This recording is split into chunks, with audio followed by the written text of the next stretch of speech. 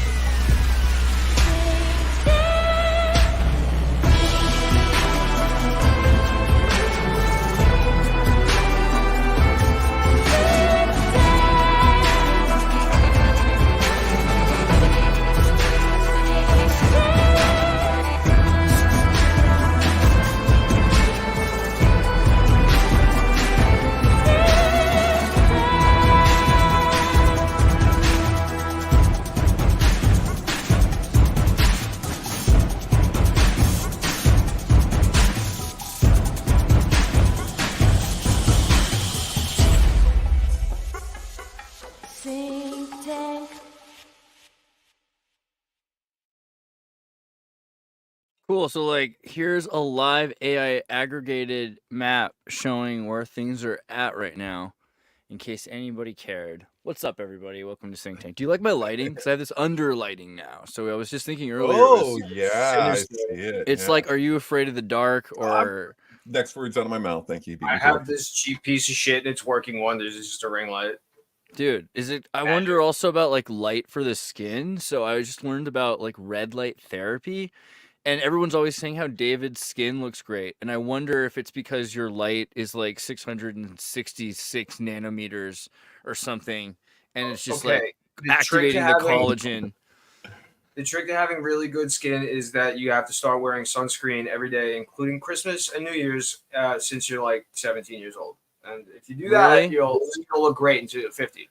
I'm afraid of sunscreen, but I keep hearing that's a thing. But it just seems like There's all sorts of different sunscreens, and they can protect against the sun. You find a chemical that works for you. There's minerals, there's synthetics, there's naturals, there's a million different ones. Find one that you like and wear it God, every single day. sunscreen. I don't care if it's Christmas. I have a video that says wear sunscreen. All right, so Kamala Harris has got 99 right now, and that's not counting like finished states. New York is blue? I never saw that coming. Holy shit.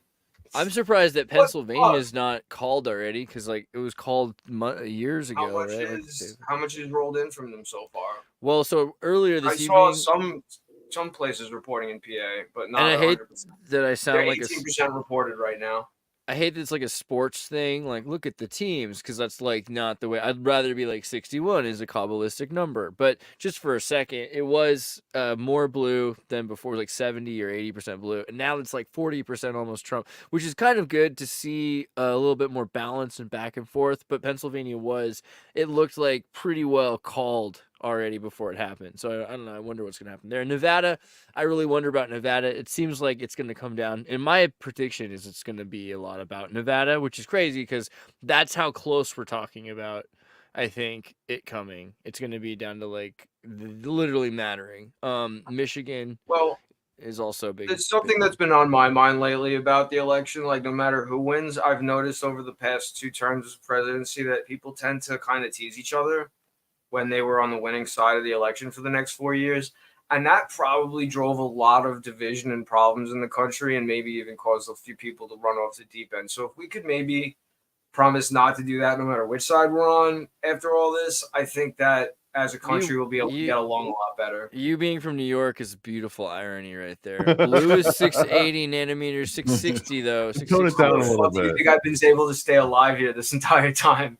Yeah, right. Although one time I did have Stiz Crack defending me from a crowd of punks when I was telling them that I was going to be voting Donald Trump at that time. By the way, I didn't mean we had to just like only think about the election, but how are you? Like we could do that for a second too. What was your day like? Did you guys go out to vote today? Like, or did you already get that done with already? I had to end up talking my friend off of the deep end by reminding him of the way we used to grow up because he's got a little bit of a problem. So I talked him down from it, and now he's doing a lot better. He uses So, a blue pen, if you know what I'm saying. So we had the you know, we we had all the have things a lot worse, is what I'm saying. yeah, that's true. I think that. So you think that there are a lot of people that are freaking out you see around you because of this in the cities? Oh yeah, a lot of people are just having anxiety and panic about things, and I really like to say that even the candidate that you don't prefer is probably going to do 80% of the things that you like. The 20% we can argue about, but it's not the end of the world, and I think we all need to remember that. Did you guys vote today, or did you guys get that done with already earlier? Voted yesterday. Yeah. Yeah. And We how'd do that by go? mail in Florida, which is ironic. I mean, Yeah. I wanted to watch the voting Kevin. makes me There's a Kevin nervous. Spacey movie, right, where Kevin Spacey does the count. It's like I think it's called where it's all about the Florida Al Gore. Oh yeah, somewhere in Florida versus still being counted. Right. That was Oh crazy. yeah, Still inspecting the 2011. chads. Yep. That was Fox too. Like, wasn't it that the year that Fox gave the results? Like they jumped the gun, and then at that time, Fox didn't have as much of a charge as it does today, and so all the other networks like followed suit. They were like CNN and everybody. They're like, well, Fox said that they called it. Yeah. And that's all you really need is you just need the the wave of emotion to take over the country. Right. And then if someone's holding the ticket and they're like, "Oh wait, we got it wrong," it's so easy to just not announce that, and then you just live out that particular trajectory. So not gonna run, but like if for some reason nearer to the end of time at the beginning of the singularity, people start just writing in Xirtus, I won't say no. So thank you, Adam Bomb. That was very Listen, cool of you. just make me your VP, and then you can step down whenever you want. So we're gonna build an AI. It's gonna be this immortal, never sleeping system that. Yeah, what do you think government's going to look like once AI is really strongly influencing I'm it? gonna I name think it that good, people you know? probably thrive a lot more because laws will start to make sense when AI is being used. I'm gonna get rid of laws and replace them with benchmarks. That's like a big thing about my policies. I realized. Okay, what's a benchmark as opposed to a law? So a benchmark is like a goal. You know what I mean? Like you're like, this is where we want things to be at. It's like something you have to achieve. It's like we're hoping Yeah, that you like drive laws- under this Yeah, speed. milestones. Yeah, like wouldn't it be great if it's like benchmarks are crime I have a rates speed like limit. Japan. Japan's crime rates are benchmarks, right? Like Japan's got it so that you can leave your purse with your money in it on a park bench as a way of saying you're coming back there to that park bench rather than having your stuff stolen. And I feel like that's a cool benchmark, but I'm not going to make it a law, right? Because I'm not Vlad the Impaler or something. But also you could build systems of, okay, we want people to achieve these goals or we want to make it possible. It's kind of, but it's so like it's so fragile. It almost feels that society can't work towards that. Like that can't like how Japan does it right now. That can't be our benchmark. You can only sort of deteriorate from that point and go backwards. It doesn't seem like you can work towards leaving your wallet out on a bench in the States. Like it would take how many generations to get over, even if no one was actually going to steal it at some point, it would take even longer to get over like the fear of your neighbors and the stories of people taking it. No, I No, don't think because so. that's the thing. I believe that once a society grows to a certain density, then there's just going to be a certain number of people who just have that I don't give a fuck type of mentality. And that's because they're just born that way. Like there's just like a genetic thing that happens that makes somebody a psychopath. And And there's they're just a younger- certain percentage of the population that when you have a certain density is going to manifest itself. There's also younger and naive at that point, voters. that's all just gone. Like even Younger- the efforts in New York City to gentrify and fix neighborhoods have been less than fruitful. Like, sure, violent crime is down, but if you leave your jacket somewhere, you're not going to be getting it back. Yeah, but eventually, like, you can get rid of the value of the thing, right? So what you do is you get to a point where you're not leaving money, you're leaving your wallet, but your wallet is just a reference to where your bank card is. And if your bank card can't work without some sort of a proxy thing, I mean, eventually you get to a point where there's no benefit to taking some duplicated mass manufactured item that you can get just as Yeah. easily for free elsewhere. So you destroy the value that someone That's has. one of the arguments as to why robbery has gone down and scams have gone up, because it's just not valuable to take someone's wallet anymore. They've got maybe $50 on them and like 10 cards, and those cards are going to be canceled the second you're no longer inside of them. Right. Well, Yeah. it's also just the reality of the internet and what, you know. That doesn't mean it's like- society is No, I mean, improved at all. look at Watergate. I mean, like Watergate happens all the time. It's just you don't have to physically break into a place to accomplish the same thing anymore. Like, right, you know but what I mean? my point is that doesn't actually improve society. It just changes what the people with those predilections are going to do. And, you know, like I said, like there's going to be a certain percentage of psychopaths. When you have a certain density, then those people are going to be able to manifest themselves more obviously. Right. Well, technology certainly isn't helping in all the ways that Arthur C. Clarke kind of, you know, predicted. I think it, at least by making the crimes nonviolent, represents some sort of progress, regardless of whether or not we've actually improved as people. I'm not sure if it's possible to improve as people. It might be we need to just put a bunch of technological band-aids over everything so people don't shoot each other. I was up too late last night doing something I probably didn't need to do, but I found myself doing, which was I just got curious because there's all this debate that from long ago, like, so when Tulsi Gabbard debated Kamala years ago, and after that debate, Kamala like dropped like, I think it was over 20% in like, you know, her popularity, whatever.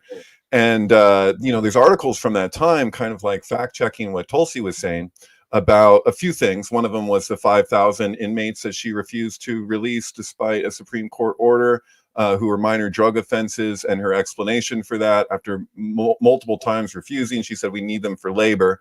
But I was curious about, because people had said, like, it was a talking point that she had incarcerated so many people for not just minor drug offenses, but like specifically marijuana. And so like I was trying to like get to that. I was like, where is that? And what I ended up coming to was like that basically the official like government website that kept track of all of those statistics does not remove those years after that debate. Wow. So you cannot get them unless if you use Wayback Machine. So I was using Wayback Machine and trying to be like, I'm like, dude, I don't know how to like figure out this out. So what I found, I found in the San Francisco Chronicle from a while back before it was removed, where they gave the numbers there, and so I would assume that because they're cited that they're legitimate. So it was like it was a lot. It was a lot of people that were incarcerated for minor drug offenses. While she was DA. Comment on something from the chat before we definitely go back to that. Sure. Wait, really quickly though, Sean, are you for or against geriatric forced C-sections? Because that's going to be the next question from this guy. Oh shit. Okay, no, I'm not answering that. I'm definitely going to say I'm against cleaning the gene pool, because empathy is something that is coming from a certain part of the brain, and birth defects occur across all people. It's not something we can remove. That's going to be a factor that we're just dealing with as human beings, because chromosomes don't always fold right, and some people are born blind to empathy. And I do believe that's a birth defect if you're actually a legitimate psychopath. There's going to be certain things you can't see or ever feel as long as you live. It's nothing to be proud of. It's probably something to be... You're going to be absolutely missing something. I also think that like so many of these problems are geriatric today. C-sections. You're talking about like when you say geriatric.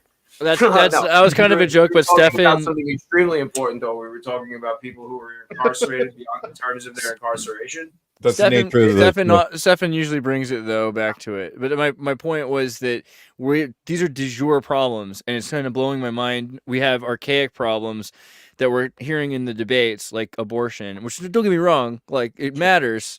But it's something that we've been dealing with for so long. It's like the thing that they use as a hinging issue. Don't codify that so we can keep arguing about it and having election like it seems like kind of the goal.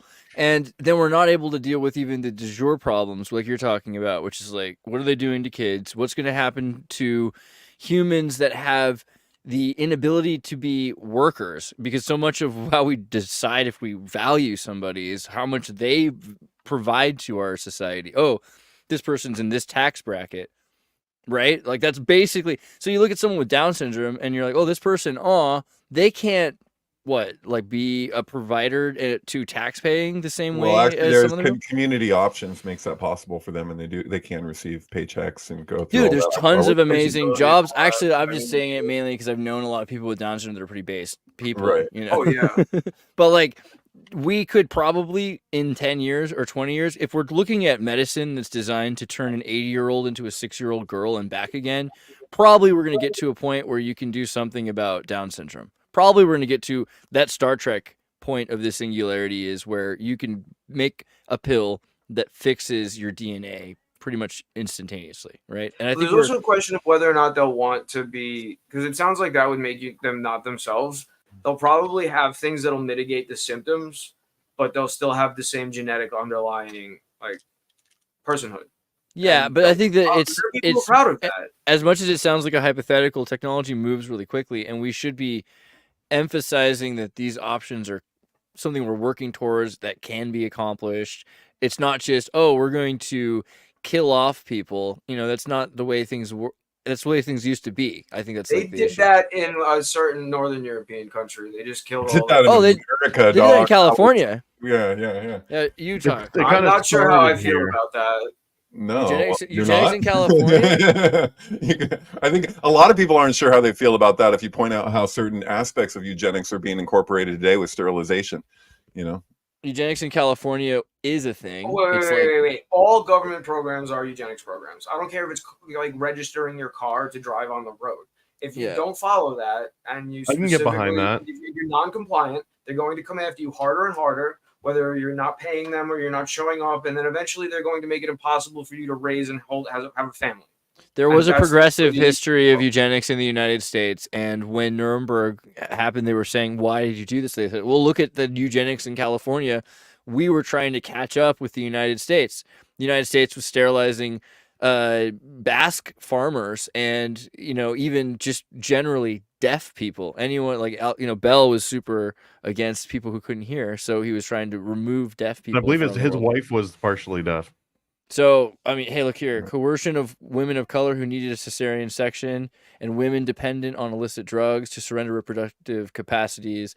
This is still a thing happening. And We're even doing it to gay people, and What's we're going on attaching it to the abortion issue. So it is a bill in New York right now that's basically like, if you want to codify abortion, you have to basically accept that you're gonna be doing this to children. So like it's so crazy that that's not at the forefront of all the communications around like what are the problems that exist with this, because I can accept what older people want to do with themselves and their body and whatever if they want to do that, but like going after the children, man, I don't know, that's heavy.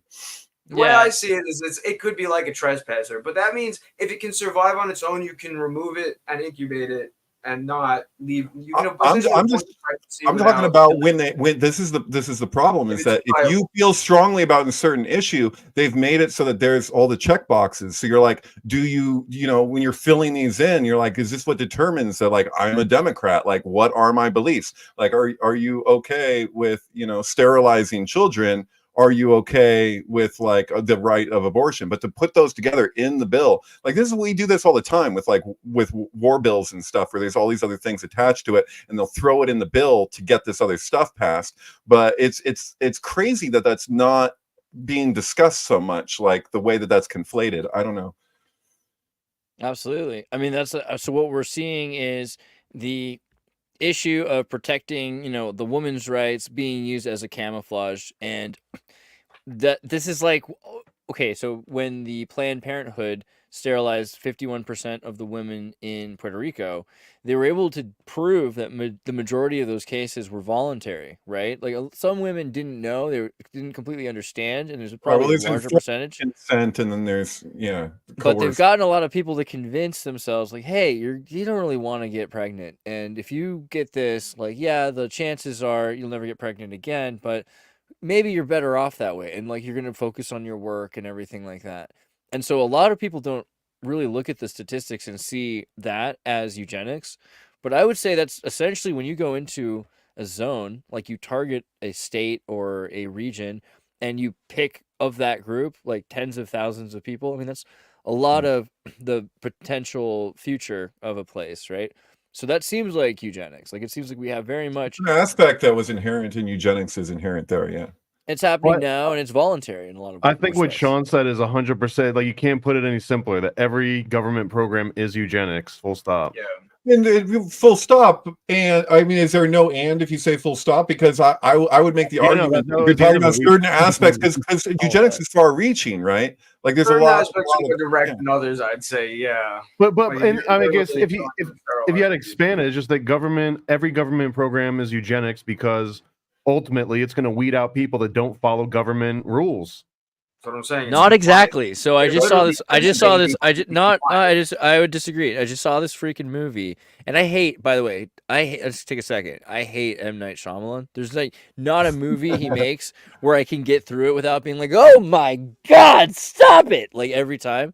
But with the I like trap, the village. I like the I village. like Is it good? every single movie from M. Night Shyamalan, Well, even you the know- devil in the elevator. but you fell off a motorcycle without a helmet, so it's okay. the The Trap is a great movie in a weird way. It's horrible and it's very Shyamalanian. Can I say Shyamalala? Like it's got this sort of, and then you think it should end, and then it keeps going about 30 times.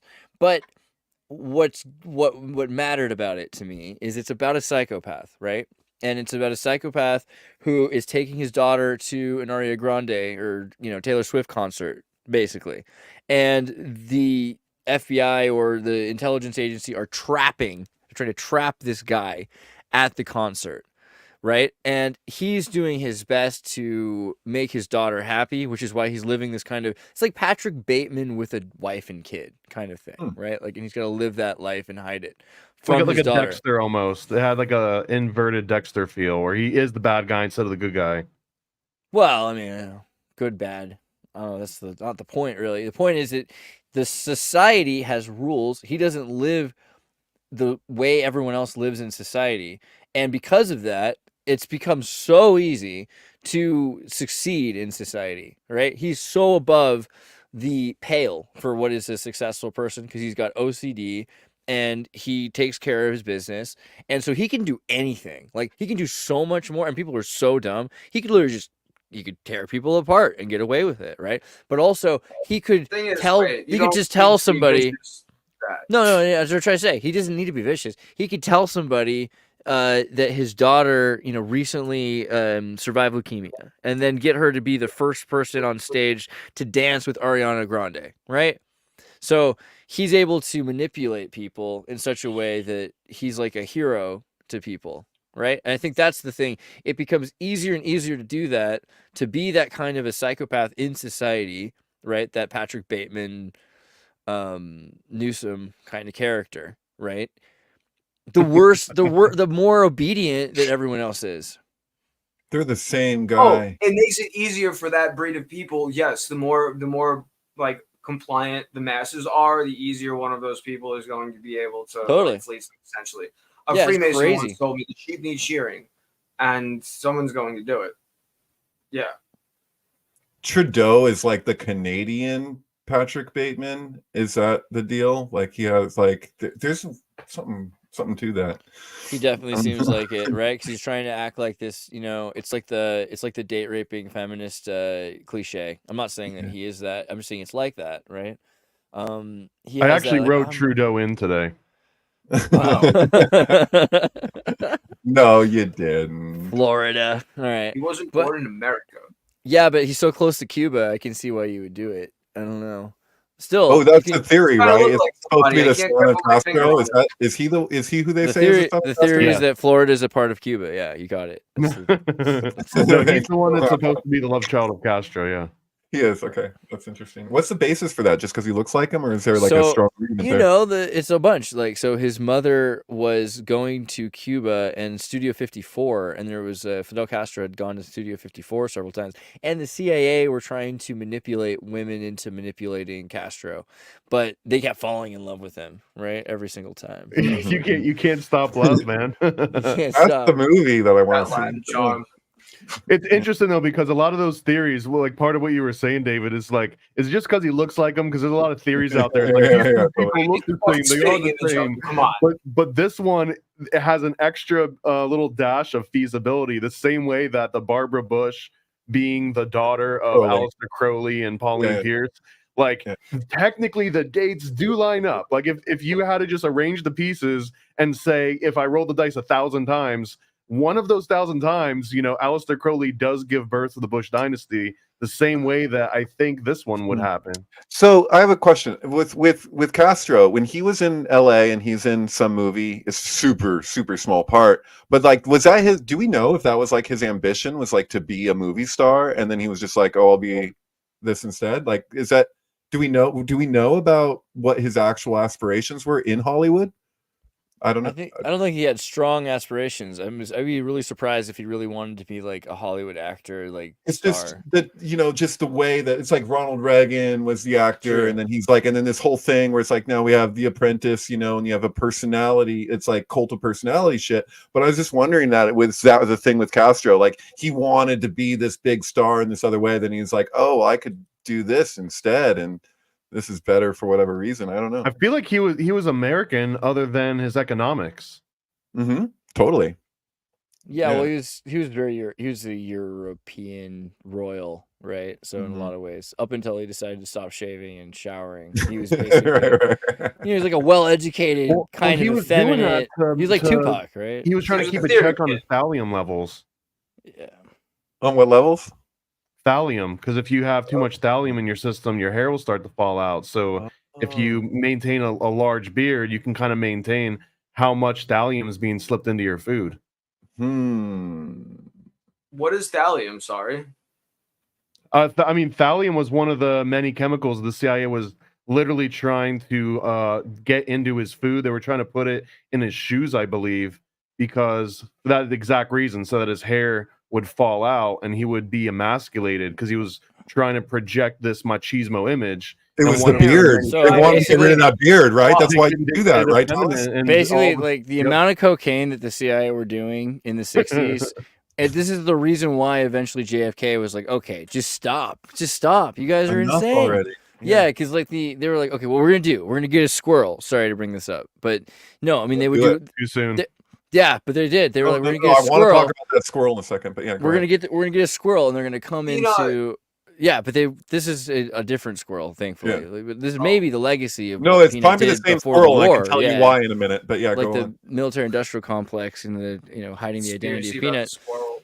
But he was designed to bring in a bomb to blow up a bomb, right? Because he was supposed to have a nut-shaped bomb that then would be brought in, and at a certain time the bomb would explode. The problem is it didn't explode, right? And this is the way that they constantly were like, okay, we need a more and more elaborate plan every single time, and it never worked until finally they just kind of they're like, all right, we can't. I mean, you've seen some of the movies. They have the exploding cigar. Yeah. Yeah. All right. You had some. Oh Did my you want God, to a friend continue of on? mine put a firecracker in a cigarette once, and my other friend smoked it. The Didn't painted go well. seashell, the contaminated diving suit, the deadly lover every time, the poison pen, psychedelic speech. They tried to drop him on acid. That probably saved a bunch of Cubans. Do But we they know were that trying that to do wasn't in just his- him? That was a television studio they were trying to do that in. Oh, Based. We had like bomber planes back then, right? Why the fuck were they doing all this Wile E. Coyote shit? Well, because they lost control over Cuba. Cuba had been on purpose turned into a mafia haven. They're like, look, we love the way you've been, Sicilian mob, but we cannot Right. have you running things the way you have been running things. We're going to, the FBI is hunting you, the CIA is helping you. We're going to have you with Ruben Juan Batista down in Cuba, be a sort of like vacation center the way you've been doing in Florida, but you'll move it offshores. That way you can kind of build your own country there. It'll be like a puppet state of the United States. The problem Right. is they didn't like that in Cuba, and eventually a bunch of Cubans reacted, and Ruben Juan Batista couldn't run the show without the control of the United States, but looking really obvious. And the idea of the United States running a puppet state looked really obvious to the Soviets, so we couldn't rush our planes down in there. And then all of a sudden, even though we gave a bunch of weapons to them to run their there's the government, other proxy issue with Russia, which is also what Vietnam was. Yeah. So, but we'd given a bunch of weapons to Juan Batista to run Cuba. The problem was that the army ended up going off with Castro. They're like, actually, imagine Mhm. this. Like, we could have our own country right here. Like, we could just kick them out of the hotels and move into them. And that Yeah. was just too appealing of an option not to do it. And then Right. the CIA were like, how come we can't control these people? And they just kept getting further and further into their headspace of thinking, we're so much better than everyone else and so much smarter than them. And these people are basically animals, right? How do they not get it? There are Pullman, right? Yeah, it's the very anti-fight. It's a Fight Club. classic situation, and America is so responsible in different parts of the world where we destabilize a place, and we think that we can kind of push an ideology to direct them, but we can only influence. We can't ultimately control. And then it goes rogue, and it goes. We don't know what to do at a certain point. Yeah. I have to stand up for, at least for America, and blame this squarely on British imperialism. I mean, this is basically the story Tarzan. The entire premise of Tarzan, which is also deeply rooted in eugenics, by the way, is that you can take noble British blood and put it in the middle of a jungle, and it will run the freaking jungle. Like it will not fall, because it is so superior in every way that everything it encounters is by default inferior. So there's no other possible outcome than this British aristocracy right overcome everything, and that's the exact same mentality. But you're just taking it to another level, because in the same way as that I was saying what America does with these other countries, on a certain level, we're a colony of Europe. So like there was maybe the kind of some idealism around how we could be controlled, but then they're like, oh shit, what are we gonna, well, I mean, didn't Freemasons actually we're paying for their right? fucking defense, like all of it.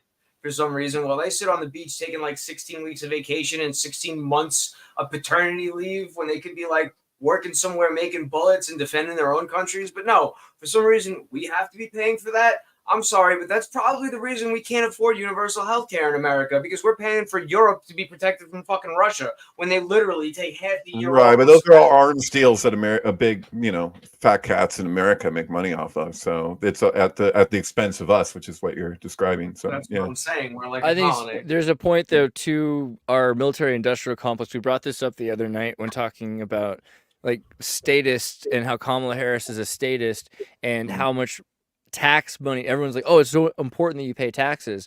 And really, I was trying to see, does a Democrat really believe this, that they like paying taxes and they believe and they kind of understand why, that they have to pay into the military industrial complex? And how far will they go consciously into that and emotionally process it? They're all in. They're all in. They're all in. It's wild. It's wild. I don't know. Yeah. Can I talk about Peanut the Squirrel? You totally can. I talked to you about this the other night briefly, but you know, Ptah and Newt, right? Ptah, with an orderly but indifferent universe, Peanut's life is a testament to both industrious creation, the cyclical inevitability of life and death. In this light, Peanut's martyrdom can remind us of the connection to the broader divine cycles of existence. What did you ask AI to get that response? I just, what did I do? I don't even know if I think I took a few things from Wikipedia. He just blacked out, and when he woke up, that yeah. No, I just took and old school. I just took Ptah and Nut from I think I wrote the sentence, and the rest of it is a quote from Wikipedia, and then the other part here is, yeah. You plagiarized it? Yeah, it's sampling. Oh, no. You like that's hip-hop, a weird right? visual of Newt or Nut. I don't know how the way no, we that's not. pronounce That's not the name. same. That's not the Oh, same. it's not the star goddess. It's not space. So I was thinking about doing it Newt. Oh, come on, man. Where's Nuit? What do I get? I was thinking about doing Nuit, but Nuit's not the same as Nut. Egypt. Okay. Oh, I'm scared. Newt right here. Newt is the goddess. This is like related to Hathor. So I don't know. It's interesting that they've kind of. Well, then she's a unifying goddess. She's like underlying all the various ones. If she has any connection to Hathor like that, yeah. Yeah, but I think it's also connected to Nui, because clearly this might be like the prototypical version or something. Oh, it looks like it. Yeah, it's probably just a different dynasty. I don't know. I'd have to look into it more. Egyptian mysticism is complicated, but no. Back to the Future. You guys know, like Hot Tub Time Machine. So Hot Tub Time Machine has Crispin Glover. It's like an extension of Back to the Future, right? So like, so what happens in Hot Tub? There's a theory of Hot Tub Time Machine that the character Lou at the beginning is actually like he kills himself. So he's in his garage with the exhaust, and then the rest of the movie is speculated to be his death trip. And there's clues to it throughout the movie, like the Shining references, like the way that Kubrick described The Shining, and it's like this evil reincarnation trip. So it's like the first thing you see in the movie in Hot Tub Time Machine, when it cuts from Lou killing himself, it goes to a squirrel on a television set. Then later on in the movie, when they go back in time, the first thing you see is a squirrel. And I think it's Lou who barfs all over the squirrel, right? But the squirrel shows up again when they're betting on a game, like the Gray's Almanac thing, right? So it's like in Back to the Future 2, you have the character who's admittedly modeled after Trump, right?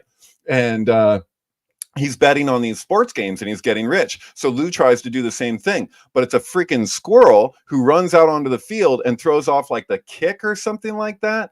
Oh, I think Will Morgan's upset because we're going to talk about Hot Tub Time Machine later. And I'm kind of, Will, I have a lot more to say about Hot Tub Time Machine than just this. So, but I wanted to drop this because this is happening right now.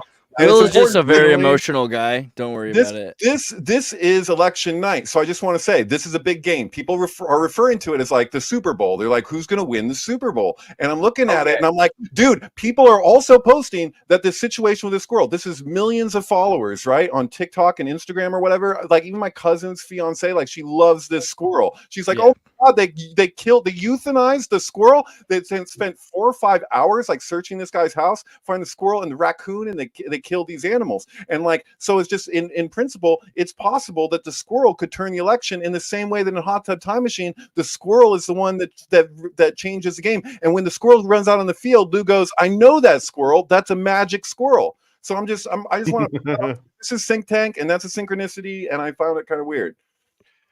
Well, I mean, I guess R.I.P. Peanut, but also, what other squirrel will ever be this sort of immortalized in our lifetimes? Rocky I feel like Bullwinkle. this is the squirrel. Rocky. Yeah, I write great speech, but moose and squirrels steal it. Remember that? Yeah, Melania exactly. quote? That's what I've been thinking about the whole time. Because Yeah. obviously the moose represents Canada, because you can see Canada. Maybe not. Maybe Minnesota. I think it's Minnesota moose, because arguably the Minnesota moose is even further north than Toronto and in Canada, and the Canadian Mountie, etc. Like there's like a conspiracy of North America here. Where is this show animated, by the way? Mexico, which is a whole other weird thing. If you know that Walt Disney, Walt Disney. This is one of I learned about the show as a kid because I was like, who made this show? It looks like it kind of is a Disney show, but it's not. It's like a Looney Tunes show.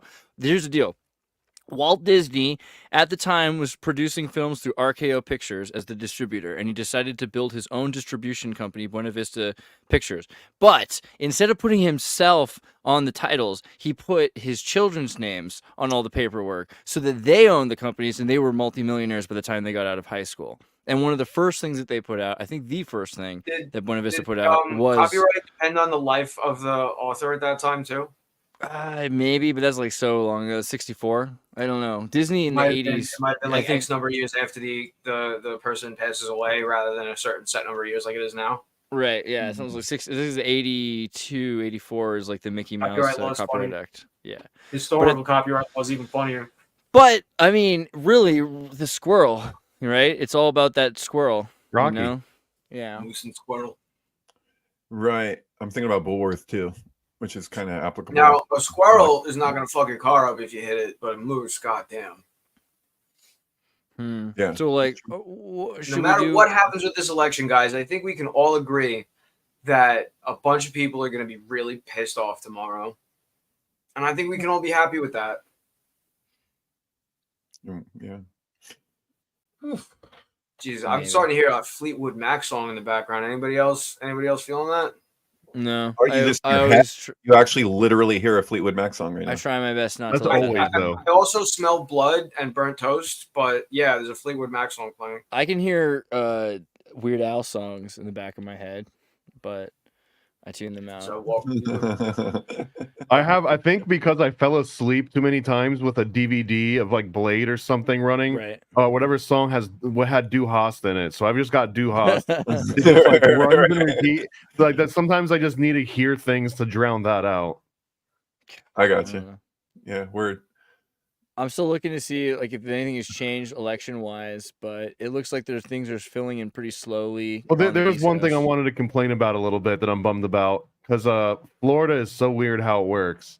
So we had recreational up for vote this year for the first time ever, and it got Right. 56% yes, but in Florida you need a super majority, which would be I think 60% in order for it to pass. So even though it got 56%, it failed, and all the news reports it as Florida voted against this thing when technically that's right, but overall Who voted against it? more What is people it? were for than against it.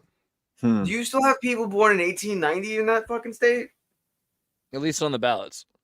At least on the ballots. He said Fucking Civil Oh, War it's not tension. any worse. It's not any worse than California. Let's be honest. Or DC. I don't know. I mean, yeah. Zombies So and Halloween and then election day. I think you're allowed to say way more than last election, which is cool. Like you're allowed to have opinions and to say if you think that things are going to be rigged more. Like I think last time I'm even afraid to say it still, but I'm pretty sure you're allowed to say if you think the election you feel would be or wouldn't be rigged. It's been every election. If one side, either we know this. I mean, this Yeah, how I many mean, clips if can any you of us say find it throughout tonight- every? Yeah, we all say it. Yeah. Well, You how can't much say does tonight everyone? because nobody's won yet. Well, No, that, but honestly, you can say that there's probably a level of corruption in every single election. You have to calculate for levels of entropy and corruption in any election, in any first world or beyond election. Sorry, Thomas. I just think it's a weird coincidence that presidential elections tend to be following the same exact traction and formula that a TV show would. Like, there's always a cliffhanger. There's always a reason to watch right until the last second. Rocky and Bullwinkle. It's What's not going like, to happen to our heroes, man? imagine a movie that just starts and it's like, oh, and XYZ, it ends like 8 minutes in. That's not how Hollywood works. And it just seems like, what is the chance and the coincidence that our elections keep becoming more and more like these long drawn out Hollywood cliffhanger movies with like Right. M. Night Shyamalan twist endings and everything? Yeah, well, you remember there was that guy who testified under oath who designed the program to rig an election for, I think it was a governor. I just shared it earlier on Twitter today. I had to go track it down again because I remember that when he's talking to the judge, and the judge, if I remember correctly, he was like, could you do this in a presidential election? He's like, I don't see why not. Yeah. And he goes, what would be an indicator of that? And he goes, well, a big red flag would be if it's just really ridiculously close, because the program that he designed, that's how it works. They were able to flip it if it was within a certain range. And so if you see it within 2 to 3 points or something, you should be more suspicious.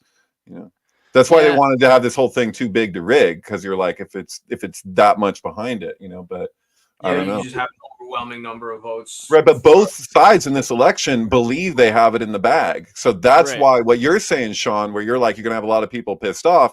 That's why it's so problematic. I don't remember it being this extreme in the past where they were that confident. They're like, we got this, because they both have their propaganda. But this is the point.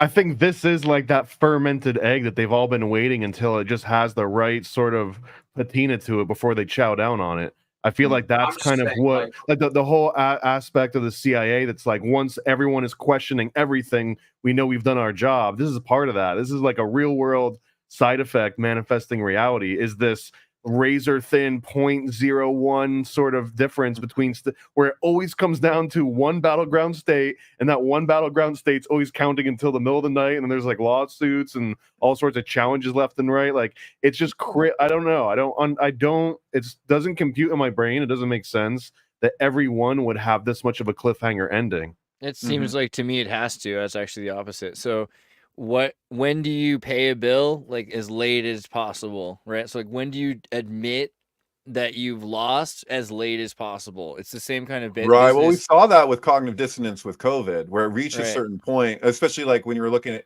you'd have these debates that would just be unreconcilable, where people are so locked into what they believe, and then it took the thing to play out, and then it was like, okay, well, now we can't deny it. It's, once again, it's Schopenhauer's 3 stages of truth. You know, we see it over and over again. You know? Yeah, there's also a question of like how much people, you know, where their morals lied, and like how much it was like, do we I think it was also a test, people, or do we continue on and hope they protect themselves? Like, I think it was like it might have been a test, but it's more of a socioeconomic test than like an emotional test, because can you afford to just not go to work, and can we afford to not have you at work unless it's a remote Can you online afford to thing not like have that. any human contact for 2 years? How about that? Yeah, well, but only simultaneously. While how many people do we really need to? Because I was flying like twice a week the entire time, and I had to for work, and it was amazing to see what it was like for all of these other people who had to essential workers or work whatever the excuse was, because they're like, yeah, just double bag it. Just like keep going. Like you're gonna be fine. Yeah, everyone's gonna die, but not you, because you're double bagging your face and you've got gloves on. You're standing 6 feet away now instead of 3 feet away, so everything's better.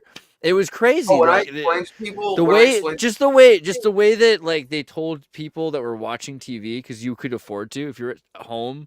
Just you were at Yeah. home because you weren't out there. Like, how bad is it? Well, what do you think the newsies are gonna say? It's the worst it's ever been. How bad is it today? Worse than yesterday. Well, Right. you know what COVID it's proved? than That the media tomorrow. still has some control over the people.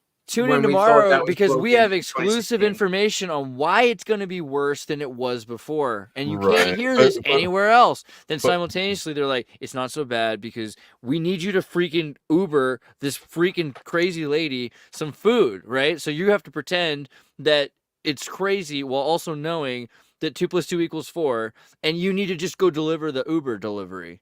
Right. Right? But when you So said, yeah. Half When you of said that about America was media, though- working, is all I'm saying.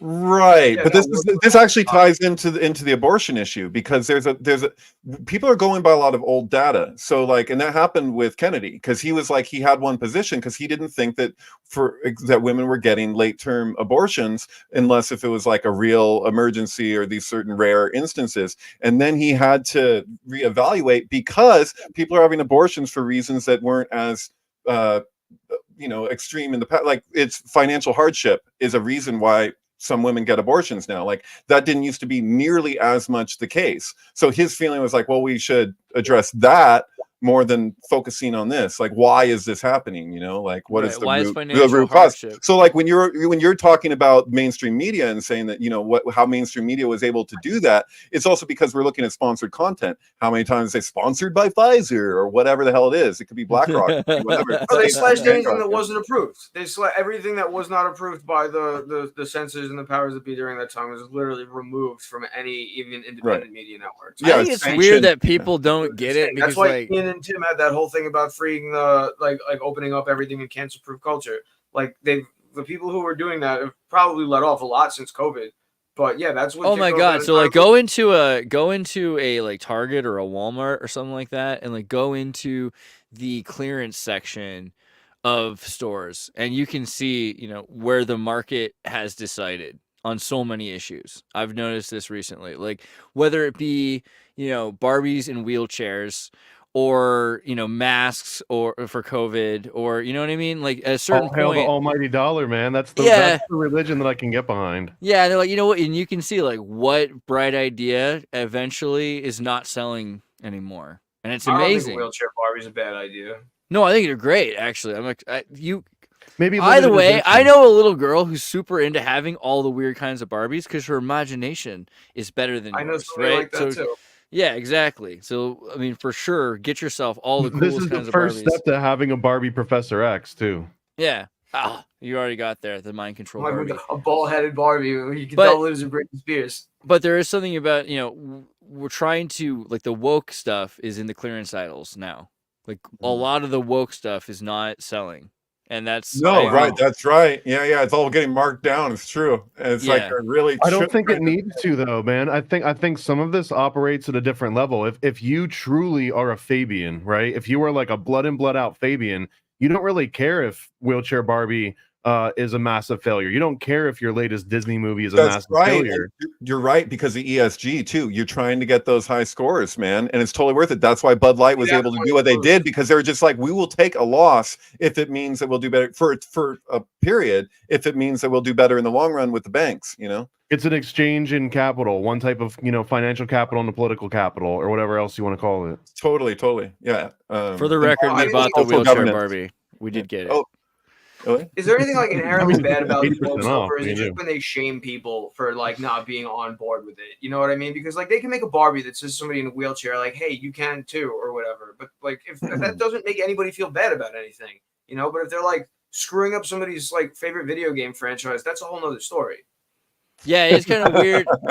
You know what I mean? Mario is now in a wheelchair. You know, Like, I it's feel like, I mean, but No, I could they make made it work. video games That's the that a thing. guy in a I could make wheelchair that is work. called Monkey Mario Odyssey. Mario in a wheelchair hold on. cart would be But he's awesome. There also was a got wheelchair diabetes. video You game, have and to it was keep, called like- Munch's Odyssey, and it was fucking awesome. All right, I thought that video game was fucking great. And if you haven't played it, pick up an original Xbox and play Dude, that shit. It was we like need the to make game a great for Xbox. wheelchair like derby. A wheelchair derby video game sounds epic, actually. Dude, I just got a visual like Dr. With Mario Barbies. with like Fauci dropping the pills in there. You know what I mean? Like, except no, he's dropping the viruses, and then somebody who's gonna. So maybe Right, that's 'cause actually it's maybe fucking that right. proves Thomas's point. It's not that they lost or that the woke agenda is failing, because now it's even more in the hands of the people. Like now it's like affordable. People are taking it home, and the more creative people are integrating it, because like they're able to integrate it into their new reality, and their psyche's accepting this new truth, which is, all right, I live in this world, and this is their kind. I mean, it could be hell, but it's a plastic hell. It's not so bad, and from there they come out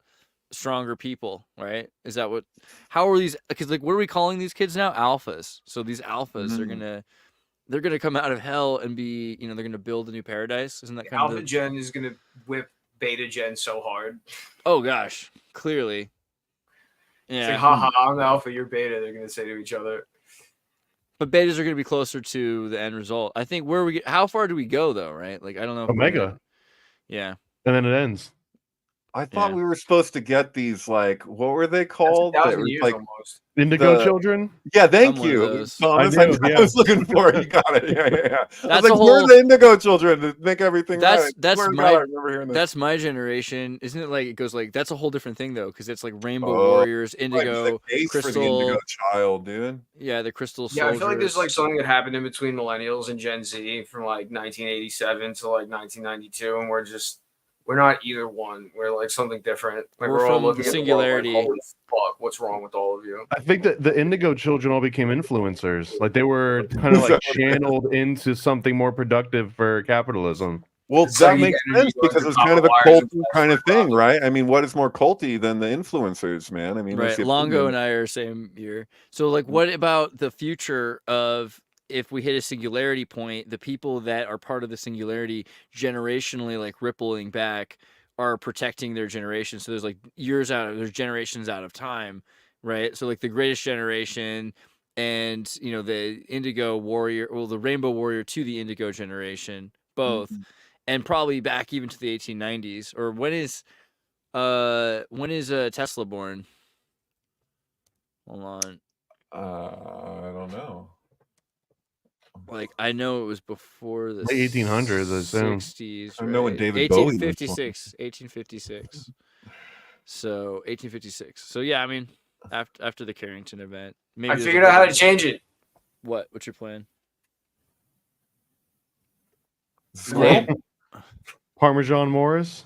Damn straight. Oh, okay. That's what it Oh, says. you're pointing at your name. I'm sorry. I was like, look, I'm like, what? I was like looking for your genre. Yeah, exactly.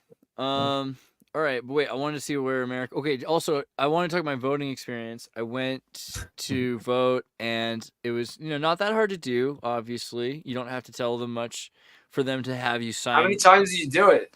I only did it once, but I was like, this is crazy, because I imagine that other people probably they just go to like 30 or 40 districts.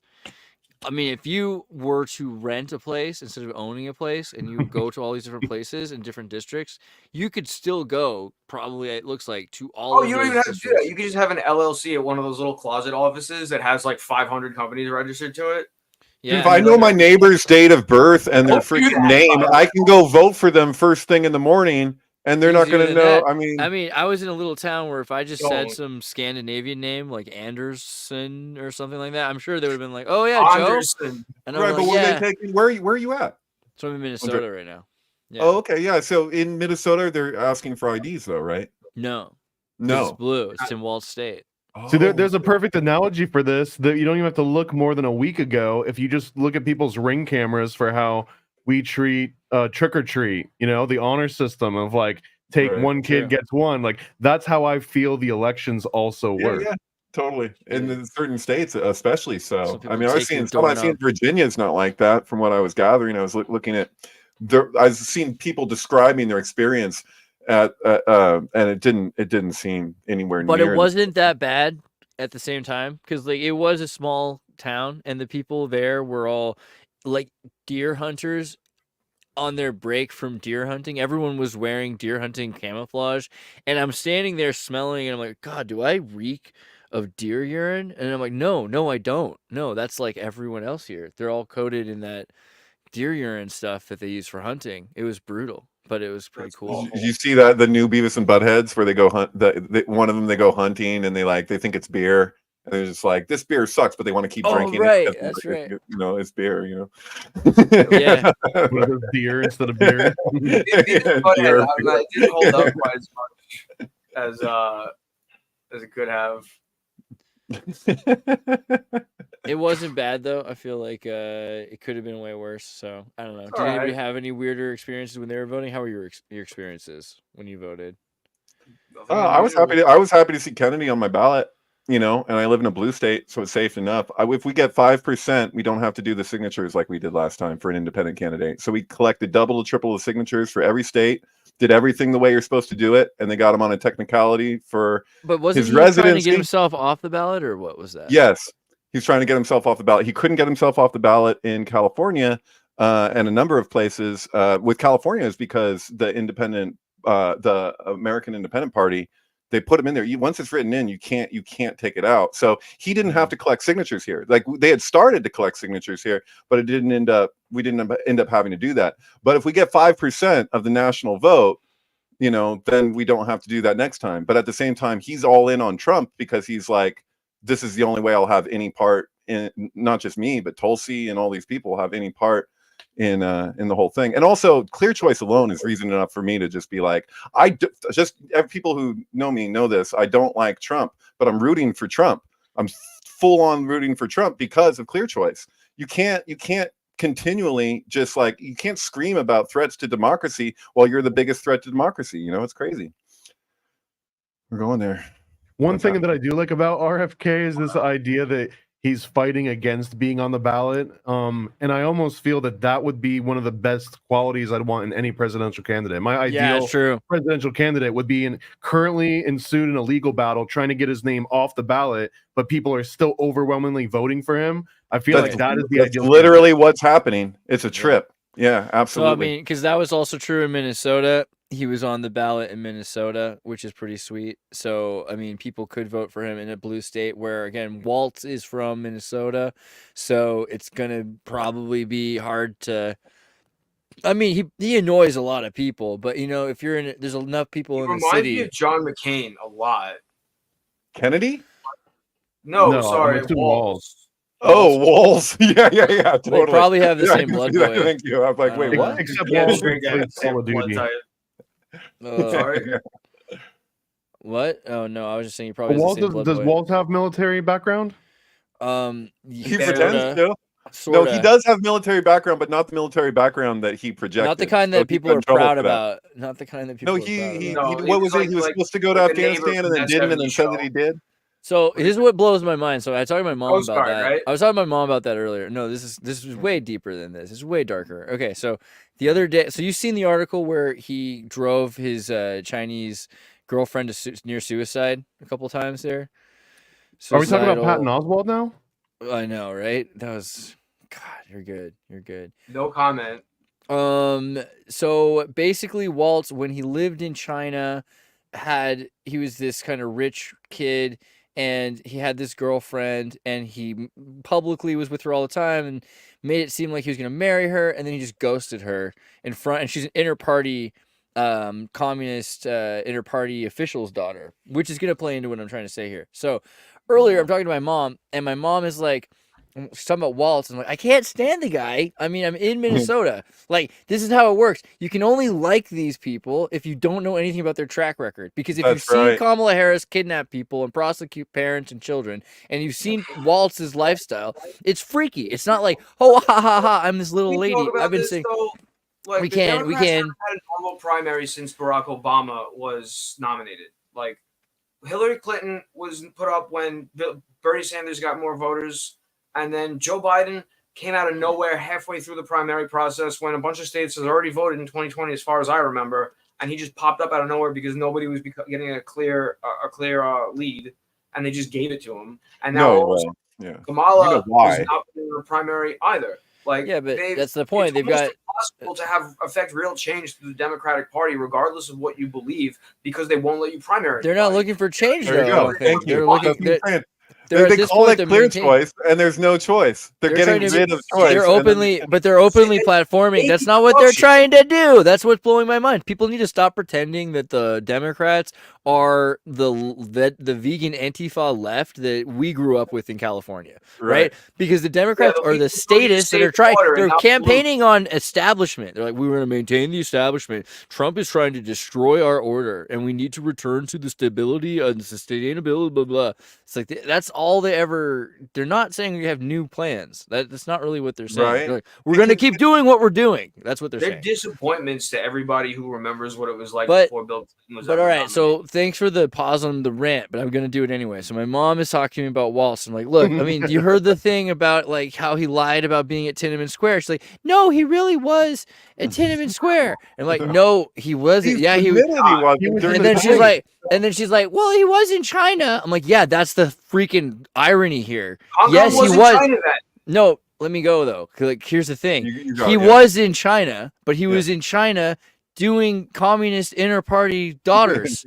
He was part of the establishment and connecting with the neoconservative, neoliberal corporatists that were using China after Kissinger had turned it into a sort of Atlanticist state for manufacturing, right? So in no way was he against. No way. Tiananmen Square is about an independence revolution against those people that he was working with, and having sex with the daughters of. Yeah, it's the context is everything, dude. And it's always these things where it's like there's a bit of truth to it, but then he's on the other side. That'd be like saying that'd be like oh my god. That'd be like Werner von Braun being like, yeah, I was in the Holocaust. Yeah, I was there.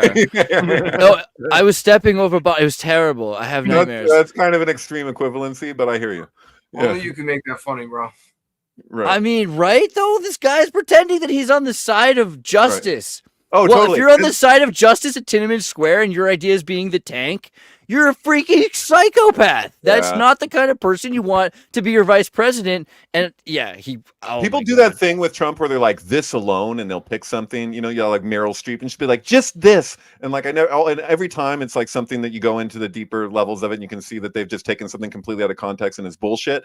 But with Walsh, the thing with the snitch hotline with COVID, that's enough for me. I don't need to know anything else. He had that for a year in place. That was him. Shit. That is some freaking nonsense. I wish we brought shit. I wish you were there when we were talking. I wish we'd brought that up with Alyssa actually, because the snitch. I don't even want to talk about it because I'm not sure what the rules are there. But my God, like it was a big deal. People were freaking out, and it reminded me of East Germany. They were saying, "Hey, you got to be really careful because if anyone knows you got 4 people at your house, they're trying to have these speakeasy parties." What was the upside on this, though? How much did you get your beak wet if you were to call in the neighbors? I think it's like $400, $500 at least, or something like that. I mean, something to be said about financial incentive. Those people that like snitches get stitches. I don't even. There's no financial incentive. I don't want a snitch hotline for people telling their neighbors for doing normal things. When I go to the farmers market, I've been tabling for the last 7-8 months, whatever it's been. So many people whisper to me. I'm like, is this America, dude? They're like, oh, you're brave, or they're like, oh, thank you, and they don't want people to hear the political views that they're walking around with. And I'm like, dude, how many people? Was it Nixon who talked about the great silent majority? I'm like, what is going on, dude? Where it's like there's such a, and people are walking around thinking everyone disagrees with them in California. They're just like, oh yeah, everyone's on board with this, and I'm like, dude, I see when I go down there how many people are not on board with that. Yeah. East Germany thrived on snitching lovers, fickle friends, and envious school kids. If you look at the GDR, the way things worked essentially is you'd go into a classroom and you'd find a kid and you'd pull him out after school and you'd be like, hey, we're going to make you into a snitch. And by the way, there's at least 3 others in the class. We're not telling you who they are. There's probably more, but you can imagine there's at least 3 others. And you're going to tell us everything you see. And if you don't, then we're going to check what they said. And if you miss anything that they pointed out, we're going to assume you're hiding that from us. And that's not going to be good for you. And they would pick people that were like, at first, the most wild and crazy guys kind of characters, because like of course you're the person that is the class clown, so we're going to use you to set the example. You're going to be the snitch and everyone's going to go to you like a honeypot.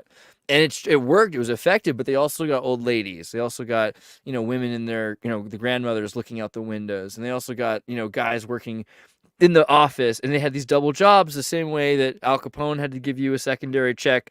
The GDR would give you a secondary check from the Stasi, except instead it was just a letter saying, "Hey, you get to continue to have your apartment, and your family get to continue to live there." That's a sustaining, and this is like the perpetual fear that I was feeling a lot in the Midwest during COVID. It was like, this is the way we know how to do things. Let's go back to. I know we already talked about this, but this would have been the perfect segue back into Peanut again, right? Wasn't Peanut the result of snitching?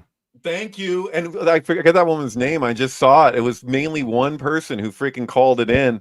And she has now removed herself completely from all social media. Like she wasn't a big shot, but she had, you know, somewhat of a following, and she didn't like that they had that squirrel. She's like, this is a road. It's like John Goodman in The Big Lebowski when about the it was a ferret, but they called it a marmot, and he's like having one of those without a license, and he's like, he's like, that's not legal either. Butthead, were they always evil, or are they just now becoming Beavis and Butthead? Like they're as evil as a mirror would be. Teacher?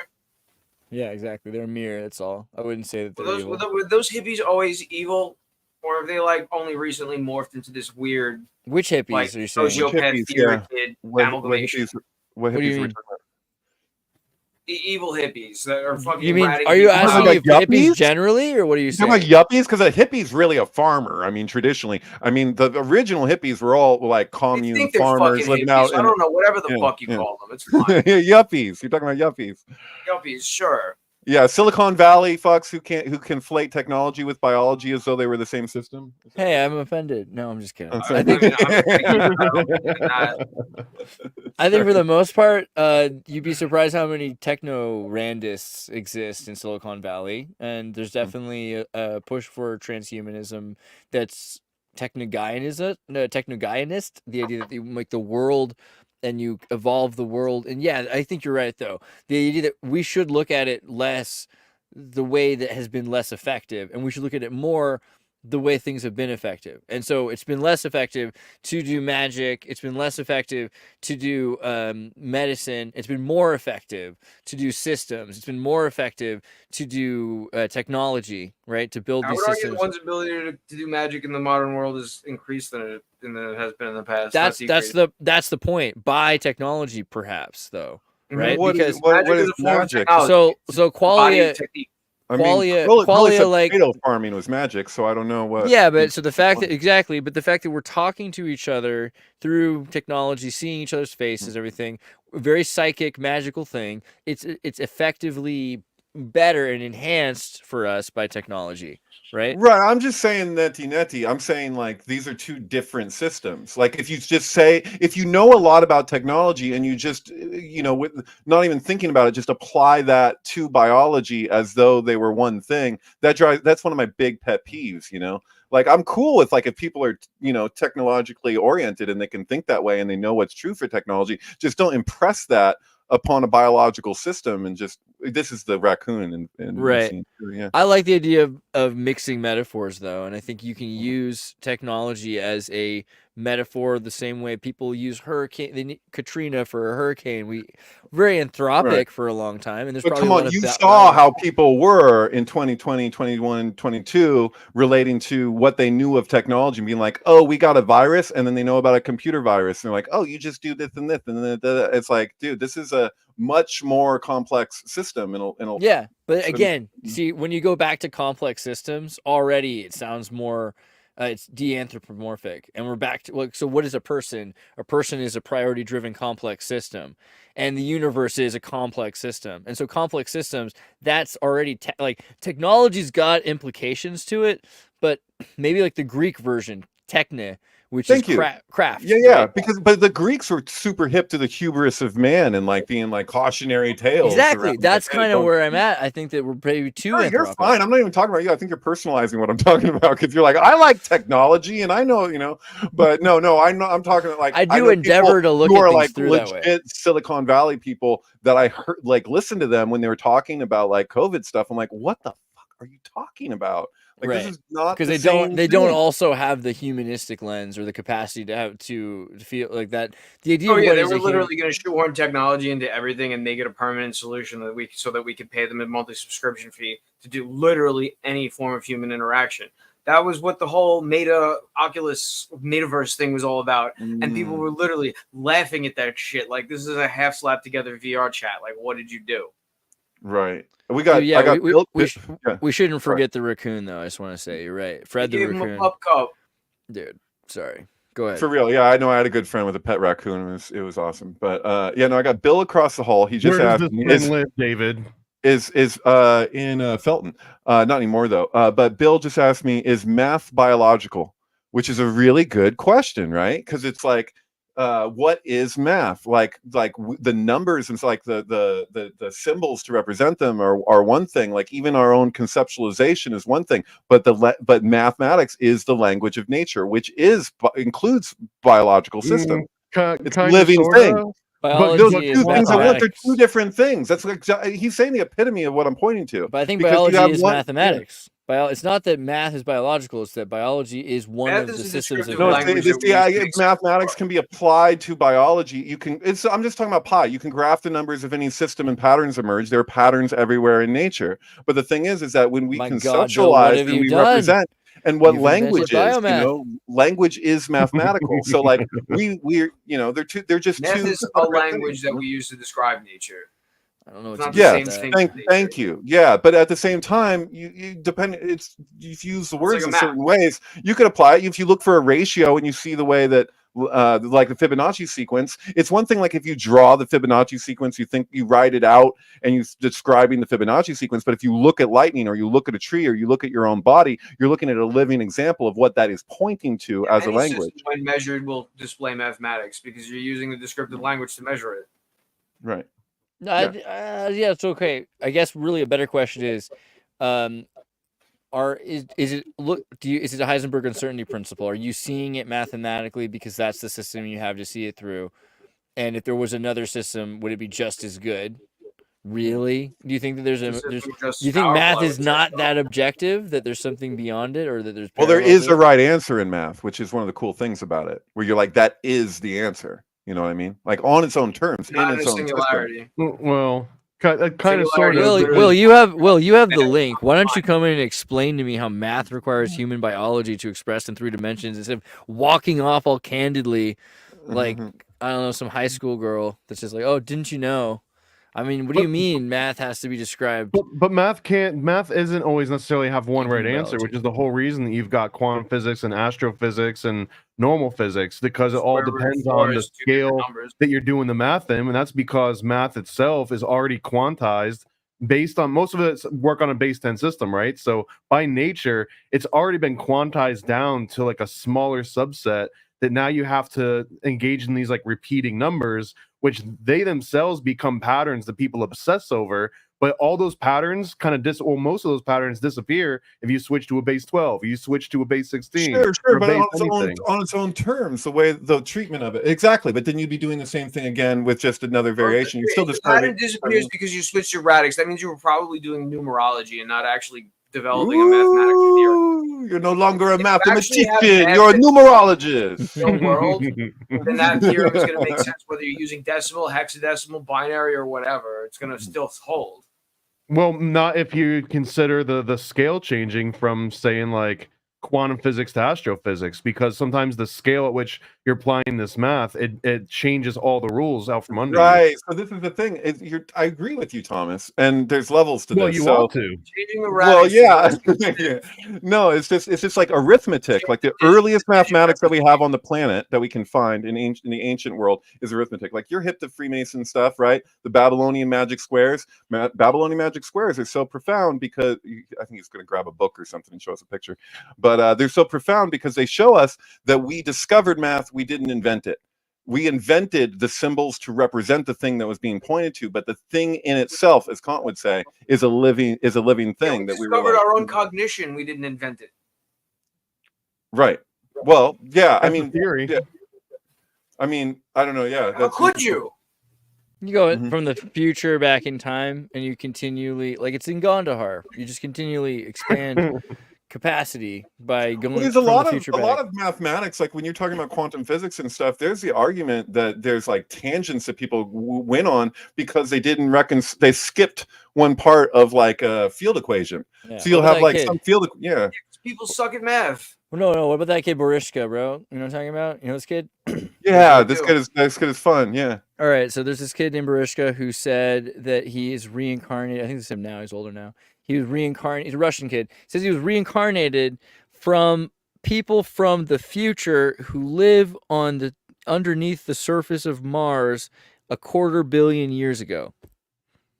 Okay, All right. so now Wait, many Is years this ago guy, in the is this future? guy Is a this the realist? Ghost of Christmas Past from Aqua Teen Hunger Force? his parents are not realists. He has no connection, supposedly or allegedly, like that we know about to anything other than he was a math wizard at a Right. young age, and Yeah. he said he had these memories of being in very similar to what, Swan, Ingo Swan said when he did the remote viewing in 75 and Mhm. 82 for the Stargate project. He talked about Martian underground civilizations that were probably, about the same time. So it's, for whatever reason, he's talking about things that we've heard about before from the CIA and the Stargate project, but it's Right. just this Russian kid who's 12 years old. Okay. And also, he talks about how there's the doorway and this portal, this key under the ear of the Sphinx, which no one seemed to be talking about that up until Mhm. this kid did. You know I that didn't there was heard about there it. was a problem with that because people kept on trying to fucking find it, and they were like destroying parts of the Sphinx, and all these people that were like, the archaeologists in Egypt like got so mad because also like trying to get underneath and dig into it. They're like, hey, leave it alone. Do you think that's it? Is that a door? What's happening? Well, so no one had seemed to be focusing on this, but underneath the right ear of the Sphinx, there is this weird kind of keyhole thing here, which had been kind of ignored for a long time. No one had really talked about that, and it's not on the other side. And he'd mentioned it being on the right, under the right ear of the Sphinx or something. There's like a key. Is it like part of the break structure missing, or is it intentionally left out? I mean, it looks like it's been carved, man. Like it looks straight up. Right? Is that considered a Oh yeah, fistula? people did steal pieces of that a lot. But this is before, this is before anyone had talked about. I mean, never heard about the ear hole behind the. Right. Somebody Sphinx, says in the comments, he says, didn't Edgar Casey say that like 70 years ago? I think he did. I think I remember that. Reading that, yeah. So this kid brought it up. It was kind of random, and so he talked about this idea that basically there's a new kinds of math that are being discovered in the close future, and that in the near future they're going to need to escape, and so they go to Mars in the ancient past, right? And so they can there's only so much time that they can live. Right? Kabbalah Which one is it? and Jewish Many years ago in the mysticism. future? It What's your makes the question? argument. Oh, Go ahead. sorry. Go, no, David, you first. Sorry. No, please. We have a guest. I'm always here. What, Sean? Go ahead. Which one is it? Is it many years ago or in the future? Yes. Oh. That is the answer. Yeah, because in our future, Not linear. they have to get out of the timeline. Yeah. So to get out of the timeline, you just leave Earth. And you go so far back that you're before our cataclysmic period. Dude, this is fucking just in repo, case. man. I was going to say something And else. then you go underground too. So you're in Mars underground, right? Right. So you're that far away from our timeline. Bro, I'm sorry if I wasn't clear, but this is not what the kid said about it. He just mentioned that he grew up on Mars underground. The people who talk about that are Ingo Swan, because Ingo Swan doing the remote viewing, the CIA asked him to figure out when, and also Esalen in 75, like when did Mars have life? And they're always talking. I was like alive in the 70s because I would have been able to con this shit out of the CIA so hard. Well, they Yeah, had I could do that. Give me they money. seem to Flying have saucers, which are really, yeah, you got it, time machines. they had hundreds of that's great. people. They had hundreds of people that were verifying and corroborating the same results, though, is the point. So it's Right. like you'd have to at least be right on the nose with the same information because they're looking for an answer. It sounds like at very least. Yeah, But well, okay. the CIA had great success with remote viewing, and we know that, like from documented, disclosed stuff. But they were looking for more UFO What stuff, do we and then need they were like, satellites for? right. But that's psychics and all, whatever. But what I want to What say do we need is, satellites for if we have that?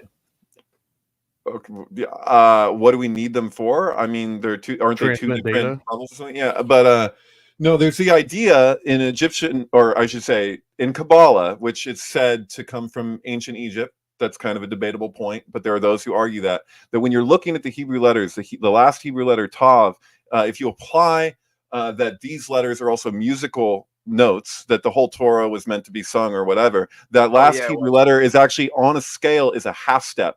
And the reason why it's a half step is it's argued that in the future, this isn't the end of our mathematics. Like, this is a mathematical system that serves us for right now in this current paradigm that we exist within. But in the world that is to come, they're like, there will be another, a whole other You're also range just that we'll be imply that the working with. story isn't like the song is unfinished because the story is not over. Yeah, it's kind of like an unfinished pyramid thing, except this wouldn't just be Well, the this tip, is like it'd be a whole other Pythagorean pyramid. philosophy. Like Pythagorean philosophy worked into music, worked into everything, which Yeah. is kind of that. It's the same thing with like a Manly Palmer Hall talking about Sure. occult anatomy, where you bake the same message into like 7 or 8 different fields. Thank you. That's exactly what I'm talking about. Yeah, but Manly P. Hall goes into this stuff, kind of. Yeah, in the secret teachings of all ages. Yeah, yeah, trippy. But it was relatable when we were talking about math before, and you were talking about could there be another system? This is just a system. It's we're called using. Common Core. They found it. They brought it back from Oh, Mars. Common Core, get out of here with that being. Is that what are you serious? Or are you? No, I'm not serious. I think Okay, that's good. actually going to destroy Thank us you. all. For a second, I was like, yeah. I think whenever There's the probably next people that version of think that. map, it'll be way easier to notate. That like it would have to go forward in that way to Right. basically simplify more complex things. It would have to quantize more. We'd have to go to like a base 5 system or something. Work our way to a Right. base 2. Common Core is just a different form of syntax to arrive at the same thing. So Well, whatever, so it's just a different way to. the other thing that's weird about it, so like Werner von Braun's book on the Martian, it's not Martian Chronicles, what is it? Like Project Mars or whatever, his own book. Werner von I Braun don't know about has. this. No, Werner von Braun- yeah. There's a whole thing where Elon Musk's in Werner von Braun's book, right? There's this idea. There's a guy who runs he Mars, calls him Elon. but it's not. It's even weirder, which is that it's the Martian government that's created the title that they use for leadership. Anyone who is a leader is an Elon, Elon of Mars. He's probably what he's named after. It's probably as simple as that. Were his parents realists too, or is it just Elon is Elon's also a Hebrew word, right? Like it means like a tree of life or something. Yeah, like it's that. tree smell. It's literally he should have his own fragrance called Elon Musk. Smell. Right? Boo. Yeah, the tree of life smell. The smell of the tree of life. That's Tree of knowledge, maybe. But yeah, I don't know. What tree is it in the garden? I don't know. But so that also plays into that idea that maybe in terms of cloning or singularity or whatever, that Elon is so important towards this future that they're suggesting is. Isn't that weird, dude? Doesn't that kind of connect in a weird way to that whole thing with Tesla's guy that he worked with being Trump's uncle, great uncle? What was it? He has a relative that was close with Tesla. John F. Trump. Yeah, is that it? So like at MIT for a while, right?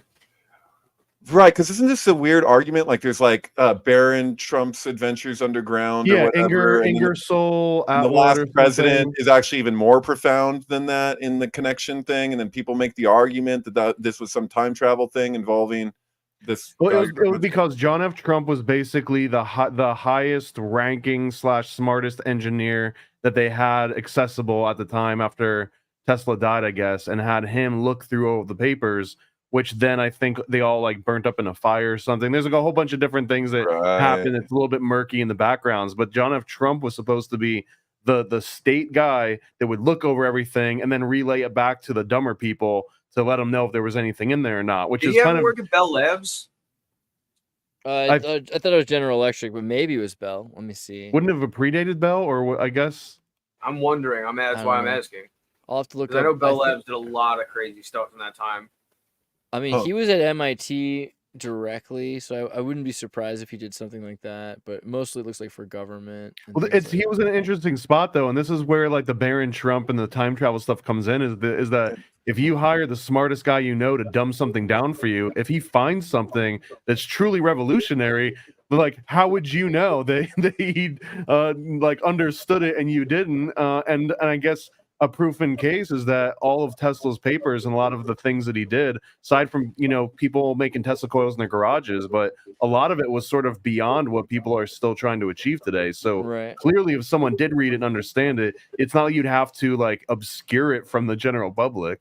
I've seen a couple videos. I think there's a John Trump X-ray video where he talks at MIT for about an hour. Here we go. Vignettes of early radiation workers, and this is a fascinating look. And I remember seeing this briefly before I connected the dots that this was Trump's uncle, because I was interested in extradiology. Does he have the same mannerisms? No, well, I mean, your video's muted. You can't. Oh yeah, the video's muted, but you don't need to video hear itself on YouTube. Yeah, but I don't think you can. I don't think the sound will work unless I change the share. Let me try that. Hold on. I heard it. I thought. No, let's see here. Technique. Other he did grab a cat on his way out. Approximate this are being used. Now this is another now. He does seem like Although the diagnostic X-ray range. Hold it up a little there. The diagnostic X-ray range is say up to 50 or 100 kilovolts typically. That even 1 million or 2 million or even 3 million volts does give a good diagnostic picture. And Queen's accent. The radiologists at the Leahy Clinic believe that in taking radiographs of the chest, you can pick up an abnormality near the edge of the mediastinum easier. So this basically saved countless. This is now standard technology for any medical visit. You virtually always are getting X-rays. Mainly just for diagnostic work. Just X-rays on people's feet, though, in the early part of the 20th century at shoe stores, and they were doing them in live video, and they were shooting you with so much radiation, people get cancer over it. Well, so I think that's kind of the interesting point of his connection with Tesla, because Tesla was fighting against Edison, who was trying to sell an electric chair to the government to murder people. I'm sorry, to capital punishment. Edison was only ever trying to sell something. That's all. Well, but he was selling weaponry. Part of his innovation was to sell to him, not vice versa. But the point is he's selling weaponry and trying to scare people with electricity, while Tesla was saying, "Here, lady, hold a light bulb in the middle of this World's Fair," and all of a sudden it would light up in her hand, and he's like, "Look, it's totally safe to hold electricity. You can have electricity flowing through the room. You just need to control your ampage." And he was teaching people about alternating current. No, it's the frequency. Actually, once you get beyond a certain frequency, it doesn't interact with your nerves anymore, so it can't defibrillate your heart. So once you got to go to like gigahertz range, but it can still burn you. So 1.21 gigawatts. You're crazy. But so this is why Tesla influenced. Yeah, well, I got to point out too that Edison was the first one that brought Satan to Hollywood. Faust and Marguerite was the first time that the devil was captured in American cinema specifically. Interesting. Wait, what? Faust and Marguerite was the first. Is that a very first film? Hollywood movies? That was an Edison movie. And it just happened to have the devil in it. Dude, I want to see that. I saw the German version of Faust, and I got to sync with it with Marilyn Manson's album, The Pale Emperor. What is that? Watch. It's kind of boring, but what are you going to expect? Well, I don't know. Okay. Well, I'm interested in that. I read Faust, Marlowe's Faust. It was amazing. But yeah, that's a good book. I think I found it. We can just quickly pull that up for a second. Here we go. It's a little Mephistopheles offers to restore his youth. The Faust sells his soul. Is this the American version? It just said restores youth.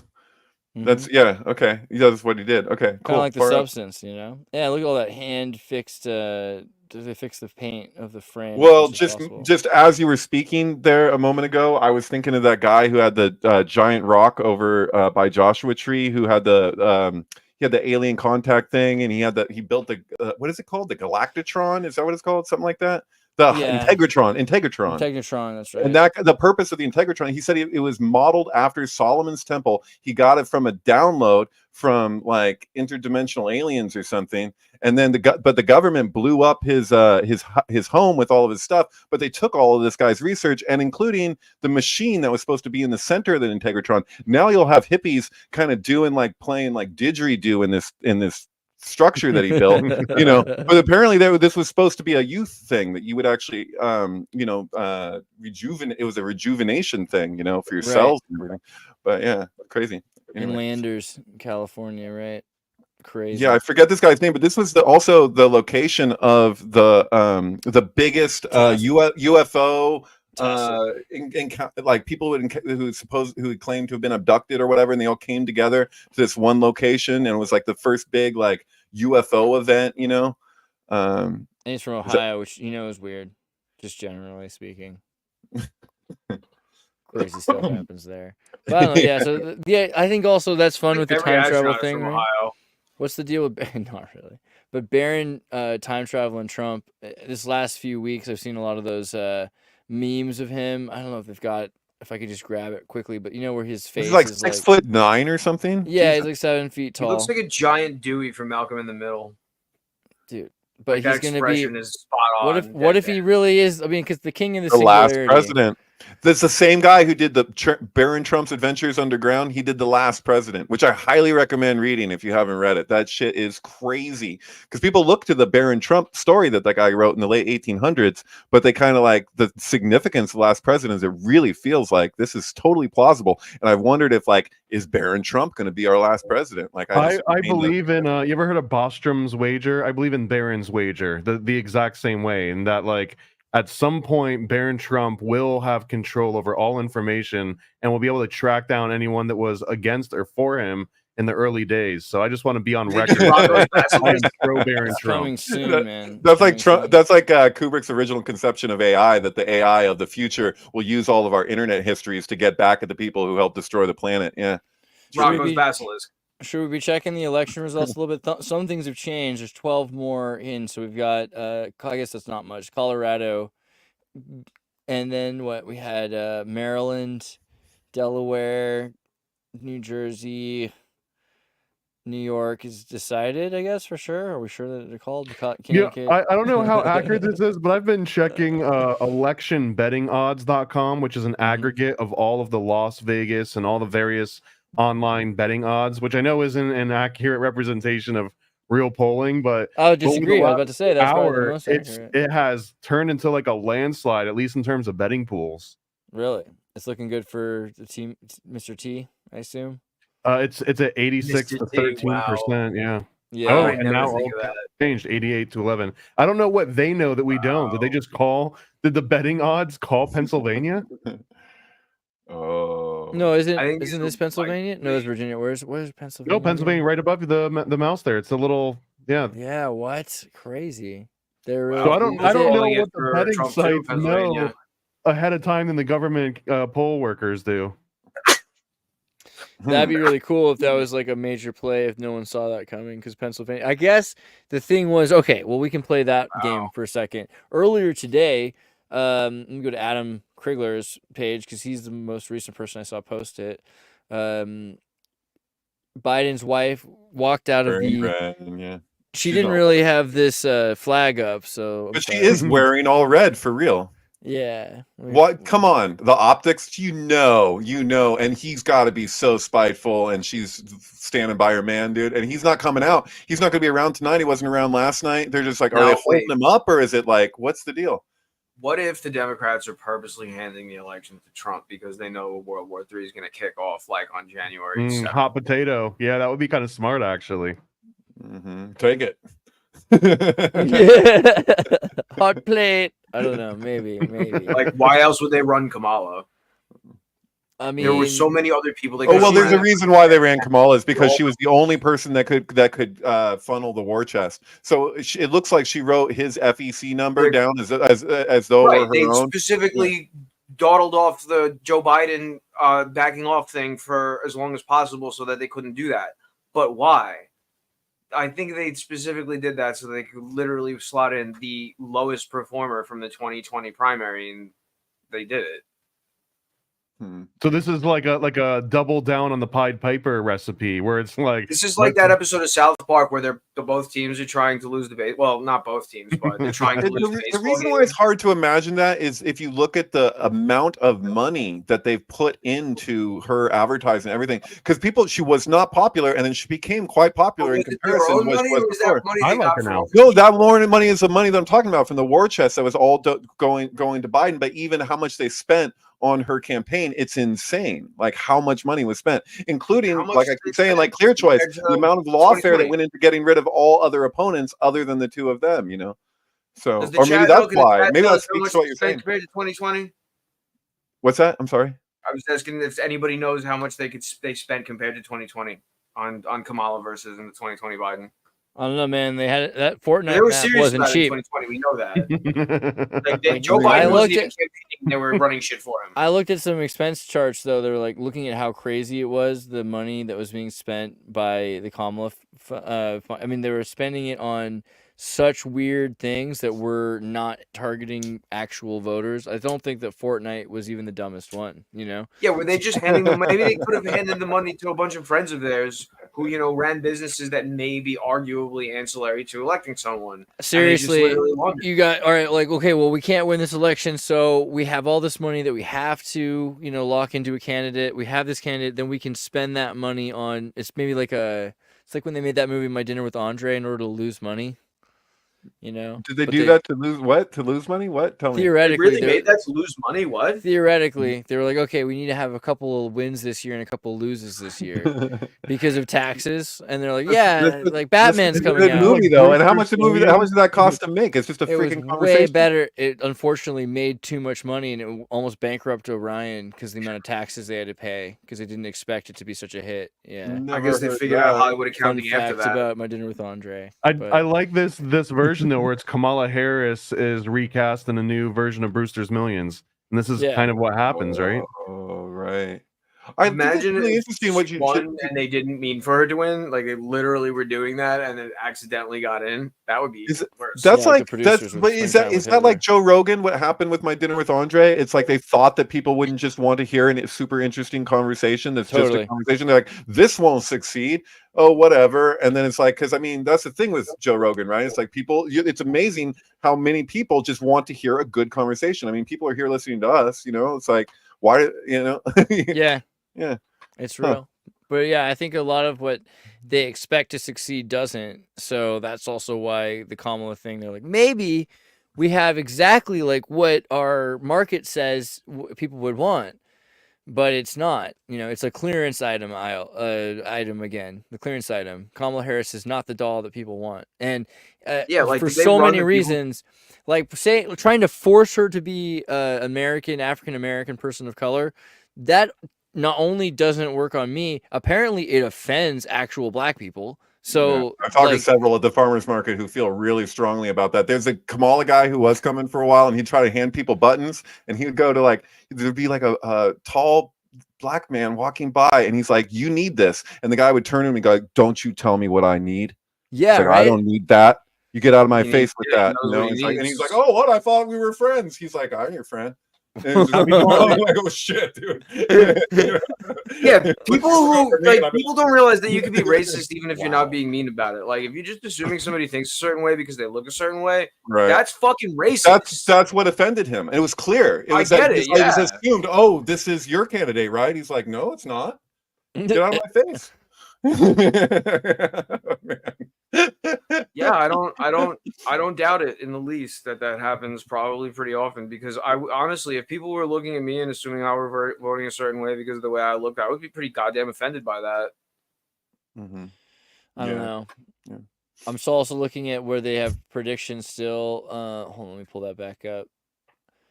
But it looks like there's maybe, further predictions in Pennsylvania. That's pretty impressive. Leader That's Harris wild. for these are where they're predicting for the other states too. Let's see, reported 56 reported in Alabama. I don't know. What do you think? Do you guys think that there's going to be like tonight we'll kind of have an idea because it's going to be so clear? It's already looking pretty good. Or do you think it's going to be in an hour like last Last time? election, it took until 3 p.m. Eastern the day I do after remember before that. they called it. Right. But then again, it was a little bit closer, then, wasn't it? At this point, I mean, jeez, I don't even. No, the last election, we're allowed to talk about it if you Yeah. want to say. Are we? As long as you're not trying to sell pillows, you're fine. Yeah, like you can say, a little ear pillow. I don't know. I think it's fine to say that they stole the last election, even though Trump won the last like 2 elections, including the 2020 election. I'll just say that. Is that all right? Hey, look, Kamala got another one. Good for you. So Gold if they star. stole, if we're looking at it like that, if we're saying that the second election was Trump's election but stolen, and that was proven by the amount of time and the amount of effort they put into not only keeping the ballots open for a day, but also denying all the propaganda, denying any of the election results for a year and a half. That it was illegal to talk about it, literally illegal to talk about it. You would get your whole business taken away if you were. That's what's like, weird about it, because in media elections in the coverage of it. past, there was so much talk around anything that was That really, yeah, that bothered me a lot. Like after 2016, people were constantly accusing him of having stolen the election with Russia's help, and nobody had any problem with that. But then after the 2020 election, all of a sudden it was as if you were saying mistruths about COVID. They were being just as serious about that. I really Similar don't thing. understand why they were Yeah. I mean, so gung ho about that.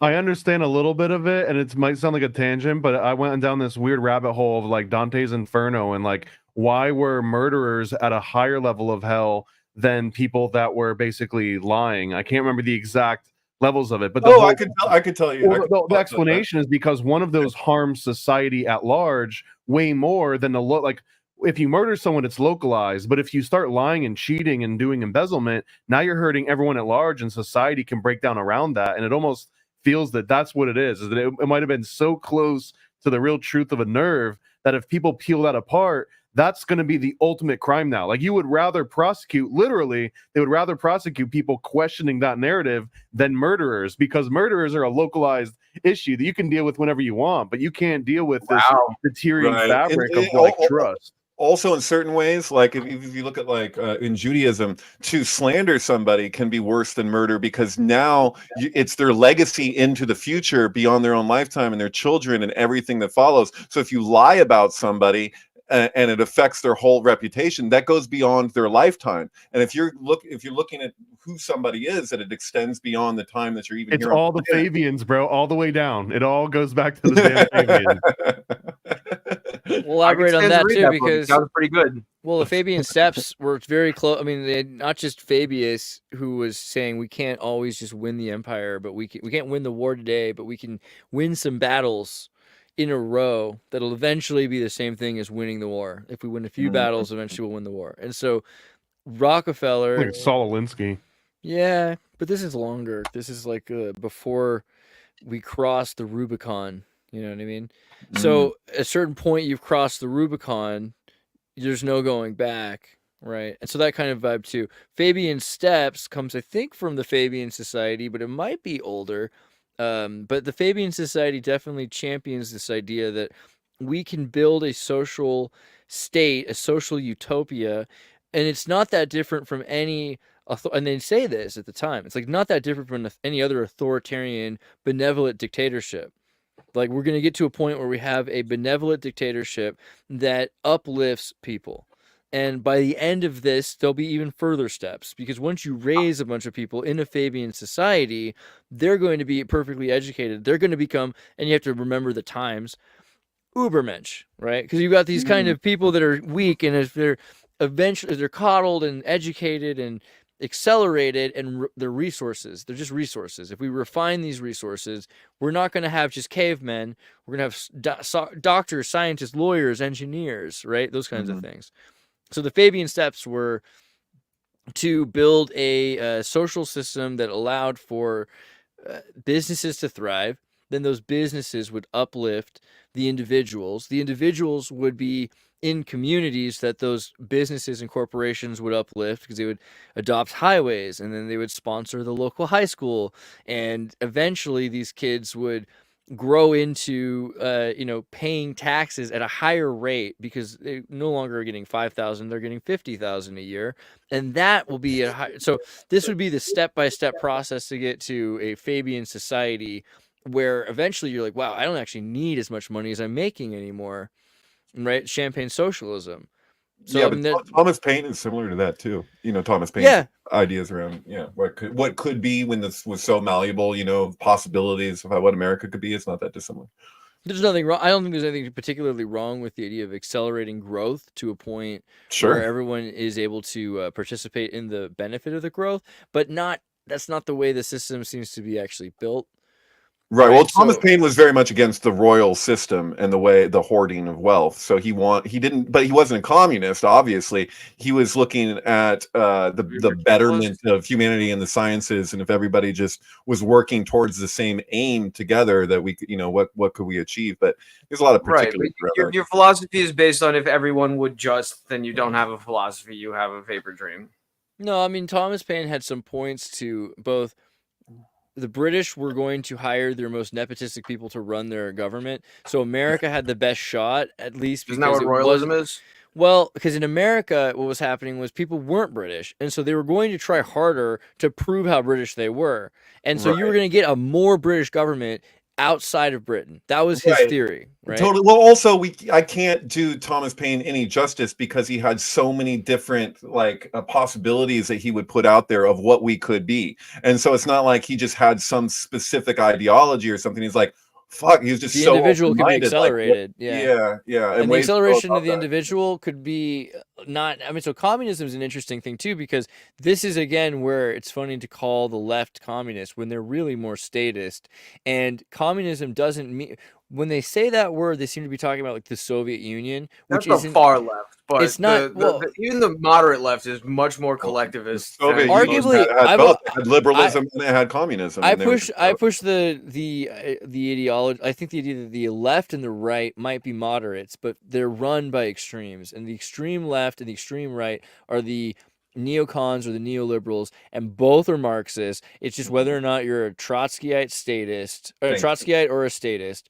For this election, it honestly comes down. It feels more like federalist versus anti-federalist, more than any other. But that in and of itself is social. Is a social federalism is social utopianism. It is a kind of fascism. When you have one federalism is fascism over everything, including the economy. Federalism is a kind of fascism. It's just by definition of the fascism. It's authoritarianism. We don't have to start naming it after a 1930s Italian political party. Well, no, but it's about what that party is actually speaking to when they called it that. So it's not. It doesn't stop there, right? I mean, we're literally describing. But Italy is a much smaller nation than the United States. If you're going to start comparing their political philosophy to ours, then you would probably have a bunch of states having different parties or different ideologies like that, and the overarching system, which maybe resembles some aspects of that, would have to be different.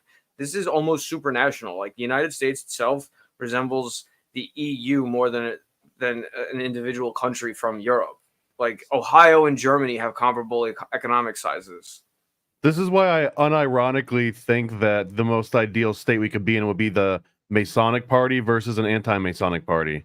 I think that would kind of exhibit the same original ideals as like the original, like good old America, you know what I mean? Like that true liberty free, but there's never really been a Masonic party. There's only been an anti-Masonic party.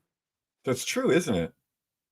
Who was that? Who was they adapted from the Whigs, I believe. It started as but it's also Will Morgan, right? That's Will Morgan had taken. Wait. The Democrats were that's ridiculous. The Jacksonian Democrats were definitely a Masonic party.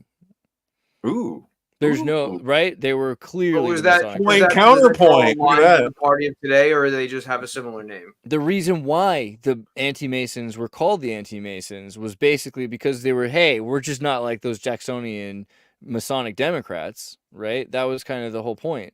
I mean, it's not in the title, but it's still pretty clear that that's who ran it. And Polk was they were very much. I mean, it was not the best kind of Freemason, I guess you could say, because Jackson was pretty racist and didn't stand up for like all of America. Well, and also the fact that it has the word Democrat right in the middle of it also kind of means that it's not necessarily a Masonic party, because a true group of Masons would have maybe not equal footing, but it wouldn't be all Democrat. Like that's kind of anti-Masonic in a way. Well, wait, we Well, what's gotta that mean for establish them? I think what the do equality Masons of stand men, for, though. because not everybody listening to the stream will have implicit knowledge of that. So, what would the Masonic and an anti-Masonic party look like? Well, that's I guess the Jacksonian Democrats a good example, but an anti-Masonic party versus a Masonic party would essentially be those that it would be like an ultra conservative, so conservative they don't want to just preserve what 1700s where it looked like. They would want to preserve what almost like ancient Greece would have looked like, Right, but not we're from looking the at same standpoint of a Jacksonian Democrat. right, but But the look major at what we political have forces in the in the WES 1600s role in and- with the Democratic Party. Couldn't it be argued that this is really more about globalism versus nationalism or something? Like, Well, you can't really globalize it when if It's the United corporations States versus is states. fragmented That's- into Yeah, 50 because look at what different- BlackRock is doing globally. Look at what's happening globally, like and how the Strengthening the federal part system. of that was Alright. corporations. So that's why I think it is corporations versus states, and the idea that a corporation could be a free. It's like ANCAP versus ANCOM, and that they're still both kinds of Marxists, but the Republican plot is okay. When people talk about what Marxism even means, it's supposed to mean generational investment into the services that are part of your sustained state. So food and shelter and roads and everything, you own a part of that, so that it's part. I mean, that way you're not controlled by it the way you're controlled by it in a company town. But not just that, so that the system still exists in 100 years. Because if it's something like bread, while there could be all different kinds of food, you're going to need to have bread all the time, and you need to make sure that there's always food, right? So social services exist like that to maintain, and you need to be invested in some light. The Republicans have you invested by, you buy stock into businesses, you are invested into owning, ownership of that business. The Democrats are saying that those businesses have corporate social responsibility. The state essentially owns 51% of those businesses, and they're allowed to make 49% of the wealth back from Is that that business. actually an earnestly held belief, or is that just a means to an end? I mean, Are they it has just to be trying one to way or increase the another. amount Do of you control that the federal government has over an individual person, and thus the global system has over corporate the federal persons? government? Because the only persons they care about are corporate persons, because corporate persons are the most powerful. And That's what Right, I'm but, saying. They're but, not but doing in, that out of in, some in sort of actual sense of- corporatism, though, that's held in check, though, right? They're not. So, They're like, not doing it out of some sense of social responsibility. They're just Totally literally are. doing it. unless, totally unless are. you end up with Mussolini type stuff, if it's not kept in check, then it just grows and grows. No, I mean, even Crony capitalism. Mussolini again, like Mussolini made sure that people had clean water without fluoride in it, and there's a lot of things that people should think about fascism differently because of that, right? Well, Like, I it mean, could how have the hell else do you get support? I mean, corporatism in and of itself does require corporate social responsibility. So the corporations are then demanded I to don't make give a shit what the people's excuse car. is, because everybody has a great excuse for being an authoritarian. That's no the problem. fucking That's we're the not problem. We're talking about systems, and then we're talking about corruption. Yeah, And both of these systems are authoritarian. I didn't think that was up for discussion. Right, Both, thank Yeah, you. actually, they're that's both what I'm fighting saying. to the We've death gotta- over wait, that. Wait, wait, you We've know? got to admit that Donald Trump has moderatized the shit out of the Republican Party. It was a lot more conservative Out of the before he state, came but then around. empowering by What removing the happens monopoly. to it when he's no Hold on, longer the de but- facto leader? But should I say, by removing the monopoly of violence from the state, you end up empowering the corporations to have the power of violence, right? If there's no monopoly, then That's it. Nailed it. and that's what it sounds like a joke, but then you have to think about Pepsi murdering pirates, right? So that they can get across right, yeah, totally. water. Like They they're did taking murder a or boat. self-defense. I'm imagining like a Freemasonic ritual where you're like hitting Dr. Pepper on his head and like trying to get the secrets from him. The three Yeah. ruffians. Ooh, that's interesting that you say Dr. Pepper, because I have a tangent on that, but I won't say it. But yeah, Really? What? No, I like tangents and Dr. Pepper. What if Dr. Pepper was a woman? No, he Dr. wasn't. It Pepper, was the actually sync a with the guy. number. Come on, What's because up with 23. that? I love the number 23 Enigma. That's like Robert Anton Wilson's favorite number. And boiled Dr. I love Pepper that. was a major part of the movie Blast from the Past, right? Blast from the Past is such a great movie with Brendan Fraser and Christopher Walken, where they live underground. What do you don't have it? You're not going to tell me your No, it's tangent? this whole thing. I have a whole sync thread that's pretty complex with the Devil's Pepper from Rosemary's Baby, and Sergeant Pepper so Sergeant Pepper was originally called Dr. Pepper, and they said that they didn't know that this was a drink in the States or whatever, and they changed it, and you got Crowley in the corner and all this kind of stuff. But yeah, Forrest Gump, I must have had me about 15 Dr. Peppers when he went to meet John F. Kennedy. Oh, right. And then 15 is the number of the devil and tarot and all. I could go on, but yeah, I have a whole Dr. Pepper thread. Wow, we're gonna have to That's go a into lot that. there. Yeah, no, I'm sorry. Dude. I love how I did want to sneak in one thing before we go on any tangents too. That I was thinking, it's a great question. How would a Masonic party differ from Jacksonian Democrat? Jacksonian Democrat, I think, valued personal, individual liberty pretty high, but I think a Masonic party would probably take almost like a required civic duty aspect. Like you would have to contribute to the community that you were in, as opposed to being your own independent person. Yeah, there's a lot of beehive imagery they use, right? Absolutely, yeah, exactly. You're like supposed to be building your community up collectively, constantly, and it doesn't exist with just one bee. See, that's weird though, because when I see the bee thing with the Freemasons, I always kind of think of royalty, like because you have the queen. No, it's supposed to be an industrious. I mean, how many symbols can you can't just boil down to one thing? But sure, one of the many interpretations is it's a reference to the industrious nature of working collectively for the hive. The Mormons jack the beehive. It's ours now. You can't have it back. Basically, that's right. Well, I would say jacked and improved. Yeah, there you go. Exactly. We're using it way better.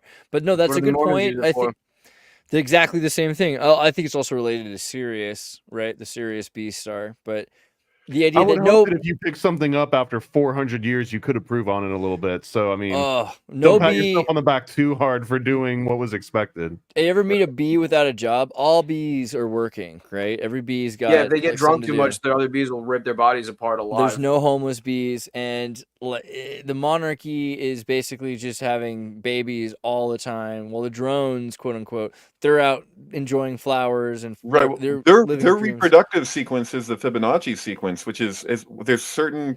Is it rabbits too or something? That I think every animal does that because it's not in the same way though. There's a whole thing around that. You could look. I have to look into it again. I think it got to do with population growth. Yeah. Yeah, I mean, sure. In any organic life, you can find the Fibonacci sequence, but there's something literally about the way that they reproduce that's oh wow, yeah. There's like maps about this. So what the heck? How do I even? So I guess Dang. Yeah. Thank you. I think it results in like I'm really reaching here. Fibonacci Bifurcation diagram. I think this eventually results in. Pull it up. You'll find it literally in like everything from like radiometry to the bifurcation diagram. Fibonacci. Sorry. Fibonacci.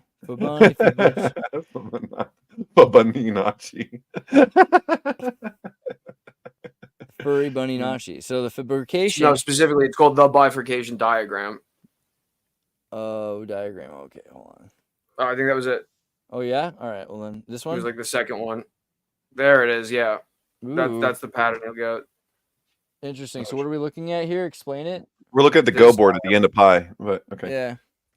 This is a hop bifurcation model. You're gonna want to ask Eric Weinstein about this stuff, not me. But the previous image is the eventual what you'll approximate a population pattern with. Not that one, the green one. That one. Yeah, so you'll see the population will go off to the right and follow that pattern based on the Fibonacci sequence. Interesting. Yeah, Fibonacci sequence is actually in the Torah. If you in Genesis, if you divide the tree of, I think it was the tree of life, or it could have been Yitzchayim. I can't remember if it was the tree of knowledge or tree of life, but you divide it by the direction in which Adam and Eve leave the garden, and you end up with that golden spiral. Which is also in pi. But it's not. It is and it isn't, because in pi, when they say what it says, they're not actually saying what it is. They say like the value of the garden, but if you look at the Hebrew writing that's actually there, it's the direction in which they leave, which is northeast, and that has human thought is organized in trees just because we evolved in them. Well, we are pretty close to Elon, the tree of life, becoming the singularity, and pi seems connected to that. But we're also near the end of the show. What about election-wide? We're near 179, 214. Here it was 191 to 116. The betting That's odds have different. got it 92 to 8% right now. Dang. That's wild. I mean, the people. I mean, that's the pop vote, right? Not the electoral college, or straight up. It's just like who they think is going to be president, right up. Is it's it both. a popular It's actually vote, or both. is it the? All right. It's popular, and it's electoral college, and it's who takes over the Senate. Well, that's cool. Good for America. I mean, I don't even feel bad about coming back if it works out. Well, what about final words? You guys have anything you want to like? What are the final thoughts you want to do? A final thought share? No matter what happens tomorrow, don't tease people. I'm gonna And tease hopefully people. we can get along as a country, even if we disagree with each other. That's not my style anyway, but I appreciate you saying that, Sean. I think it's important for people to remember that. I think he's telling himself that because he's from New York. Tomorrow he's gonna go out. Yeah. Don't tease me, please. Yeah. I've been trolling on the internet for too long. I need to stop. That damn guy in the mirror. Too He's a long. real menace. All right. Like, I feel like the internet trolls would be right in there with the liars in the Dante circle. So I kind of want to avoid that fate. That's the Dude. lowest level of hell. Yeah, internet Right. trolls. I just want to say, like, imagine if you woke up tomorrow and Kamala Harris was the first woman president without a penis in the United States. We did it, Joe. Think about how Are that we would be sure Barack Obama wasn't the first black woman president? without a penis. I just said. Well, actually, I don't know. That's what I'm saying. Good point. Is that the Did you deal? see him lift weight? No, bro. I don't want to even go there. It could be. I'm just saying, at least if Kamala Harris was president tomorrow, I would be like, whoa. I would be like, whoa. You know I what think mean? Obama would clean up in the Oh. WNBA. That's why I have the lighting below like this. Are you afraid of the dark? Because are you afraid of the dark? That's great. But, yeah. I don't know. Interesting. David, you got thoughts? I don't know. Are we gonna do our plugs? Is that happening?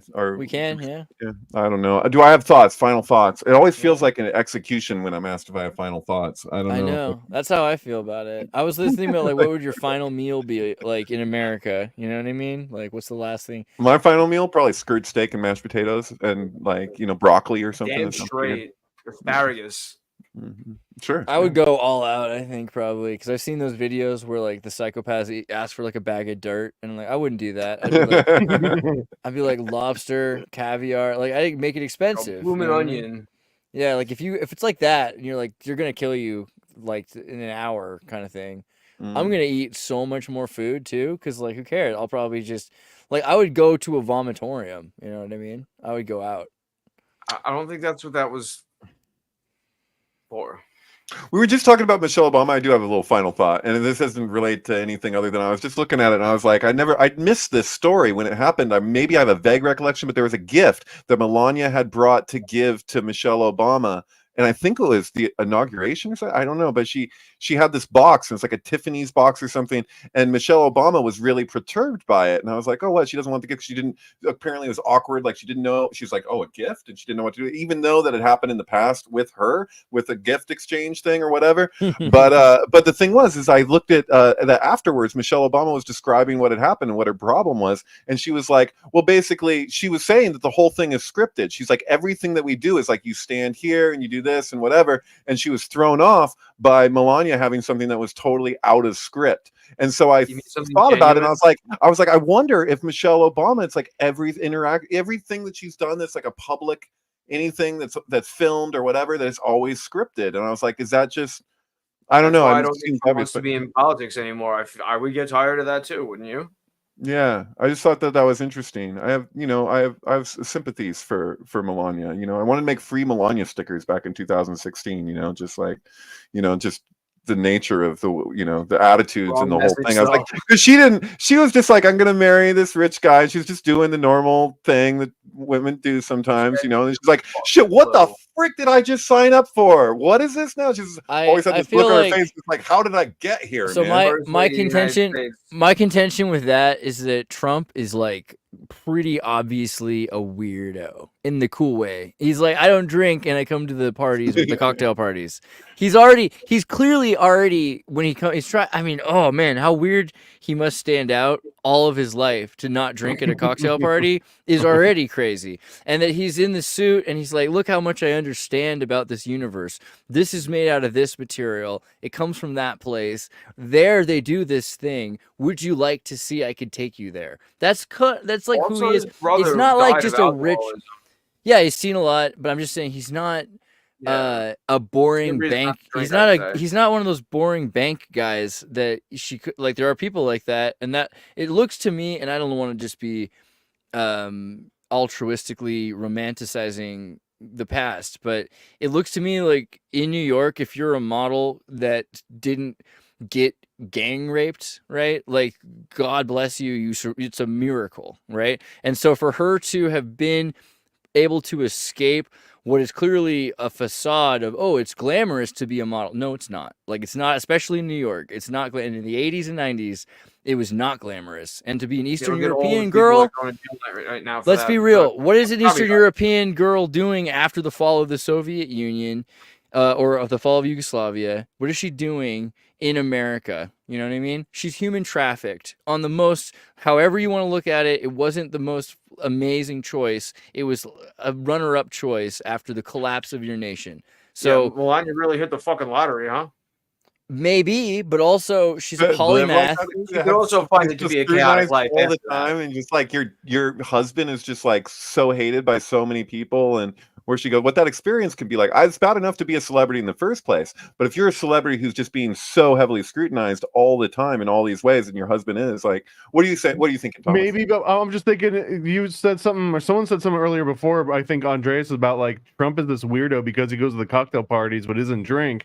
Yeah, He doesn't he did. need cremation of care. Like Yeah. he has enough humility, I guess, in a weird way, like a narcissistic version of humility, where he is just constantly doing his own cremation of care ritual constantly. Right, but isn't that He doesn't have in to wait. part, the alcohol thing aside, isn't that in part like kind of like a coping thing? Because I think he probably wanted to go to those parties. Oh yeah, he just wants to go to wasn't those parties. invited He 'cause just he's wanted like, to drink. you know, he I don't think that Trump Just can- because he is wanted to one go to that- those parties doesn't mean he wants to do the same things at What's those parties the other people want to do. prerequisite for those parties is that you can keep a freaking secret. How did he do what he did for as long as he did? How But is the reason that Bohemian other Grove people go to what's those goes on parties- beyond the cremation You might of have care? just That's- always- Other Always people like go to that those for- parties to diddle with kids. He doesn't go to those parties for the same reasons that people need to be able to keep secrets. Right, but don't you think at a time like he wanted to go to those weird parties and like just wasn't Not to invited? diddle or- kids. I Not think to he diddle wanted to kids, go to of those course, parties I- because he felt the reason he wanted to go to those parties is because he's not old money, old elite. No, His dad you can see ran that a in his brothel. dress. Yeah, that's why they hated You him. can You see know? that in his dress, like Yeah. how He's yeah, a no, for caddy. sure. He's a caddy at the Caddy Shack. That's the whole point. He's not a Scottish Rite golfer. Oh, well, And he's for not one of all us. the other people that are in the club, he's like wanted to show that he was good enough at all of the things that he in Yeah. the daylight that he They didn't understood give it to a be. shit.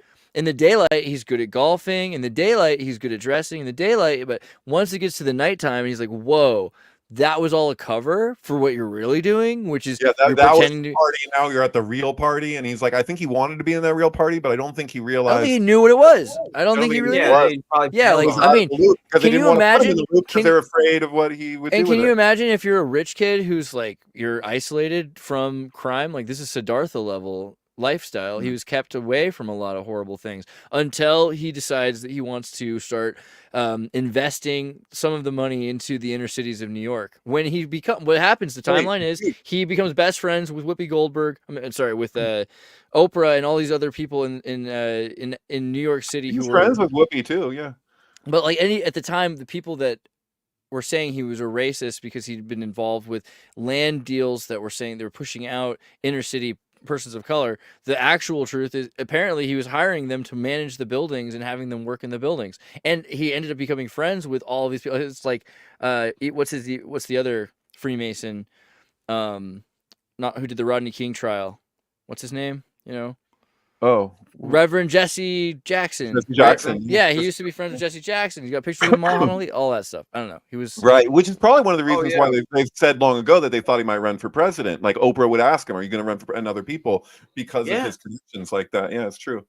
Yeah, but I think it's just funny because like they try to present him as being boring. I mean, clearly he wasn't boring. And for Melania Trump, I mean, she's probably some weird Slovenian Palladian star being anyway. Let's be real. Look at when Richie Rich came out. Richie Rich came out when he was the age that Richie Rich would be in the comic.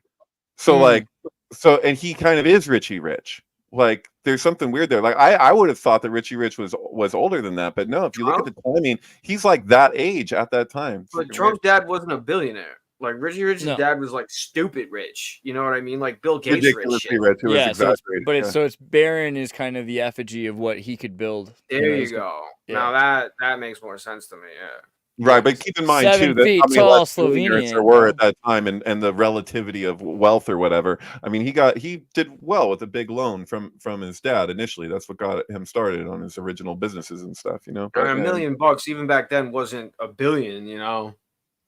Well, no, but things could be really. Yeah, look at how many billionaires there are now just in the last 4 years compared to saying, all. Like, think about it. If you want to buy a bunch of properties, right, with buildings on them, not just houses, like rental economic business properties. How many for $1 million could you really buy in the 70s? Maybe a couple of blocks. Yeah, I think there's a misunderstanding here because I'm describing a synchronicity. I'm not saying that Richie Rich was actually based off in reality of Donald Trump. I'm sorry. The way I was saying that, I could see how that was misleading. But yeah, no, I'm just saying like syncs up that he's born at the same time, basically, which is kind of cool. And if I were him, I'd be like, whoa, I'm like him. And he was doing all right, is the point. But okay, 179. I think we're gonna see. Let's hope for the best. Everybody, good luck tomorrow. And you know what? Are you afraid of the dark? There's helicopters over my house right now. Oh shit! You know what I mean? All right. Oh wait, I had the song. I didn't even get to play the song for you. Hold on. The new one? Out for power, but we've got the spark. The heart's the trump that lights up the dark. Our hearts on Trump, we're all in line. The time has come, now it's our sign. No camel toe hairs, no tricks or flares. The hearts are Trump, and we'll take it there. They've got the ads, they've got the cash, but we've got love, we're set to smash. All the noise and all the hype, our hearts the Trump, we're feeling right. Our hearts on Trump, we're all in line. The time has come, now it's our sign. No camel toe hairs, no tricks or flares. The hearts are Trump, and we'll take it there. Make sure you guys check out MK Ultrasound. But the heart's the sound. No matter who's running, we're breaking free. Heart's the Trump that you can't unsee. Our hearts on Trump, we're all in line. The time has come, now it's our sign. No camel toe hairs, no tricks or flares. The hearts are Trump, and we'll take it there. Yeah, the hearts are Trump, feel the fire rise. Today we stand, we won't compromise. It's election day, so make it count. Hearts the Trump, let the love amount. And I'm going live in about 10 minutes with Donut to pump up the Illuminati comic at Illuminati.com. We're going to be going live every single day for the next 5 weeks straight, around 11 to 11:30 p.m. ish, depending on when I'm ready to start. Base. All right. Well, nice. Make sure you guys check out paranoidamerican.com. Look up on that Titanic Sync book. Make sure you get the Sync book press. Speaking of which, from David Plate, and also check out his MK Ultrasound research. You can listen to the videos right here. Watch, in fact, the Friends Hindsight 2020 documentary. It'd be kind of fun to see, and also the Quick News 33 just came out. I would say it's worth checking out. But also, never forget Sync book. And from here, MK Ultrasound, he's got all kinds of new posts. Right here's the top one is the Beatles' White Album, which you're doing a thing with Will Morgan pretty soon, and I hope to see that. Yeah, we have to figure out exactly what we're talking about. But yeah, I think we might be talking about Us, the movie Us, Jordan Peele's, and Eye of the Devil, Sharon Tate's first movie. Yeah, sync films with them. So that with I the Devil with the Beatles, Abbey Road, and Us with The Shining mirrored against itself at the same time with Saul Williams' Amethyst Rockstar. But yeah, Dude, it's the whole that thing. sounds like my kind of thing. And if you don't know Sean Morris, you can go find him at seanmore.is. Sean Morris. You know what I mean? Hell yeah. All right. Thank you. Ciao.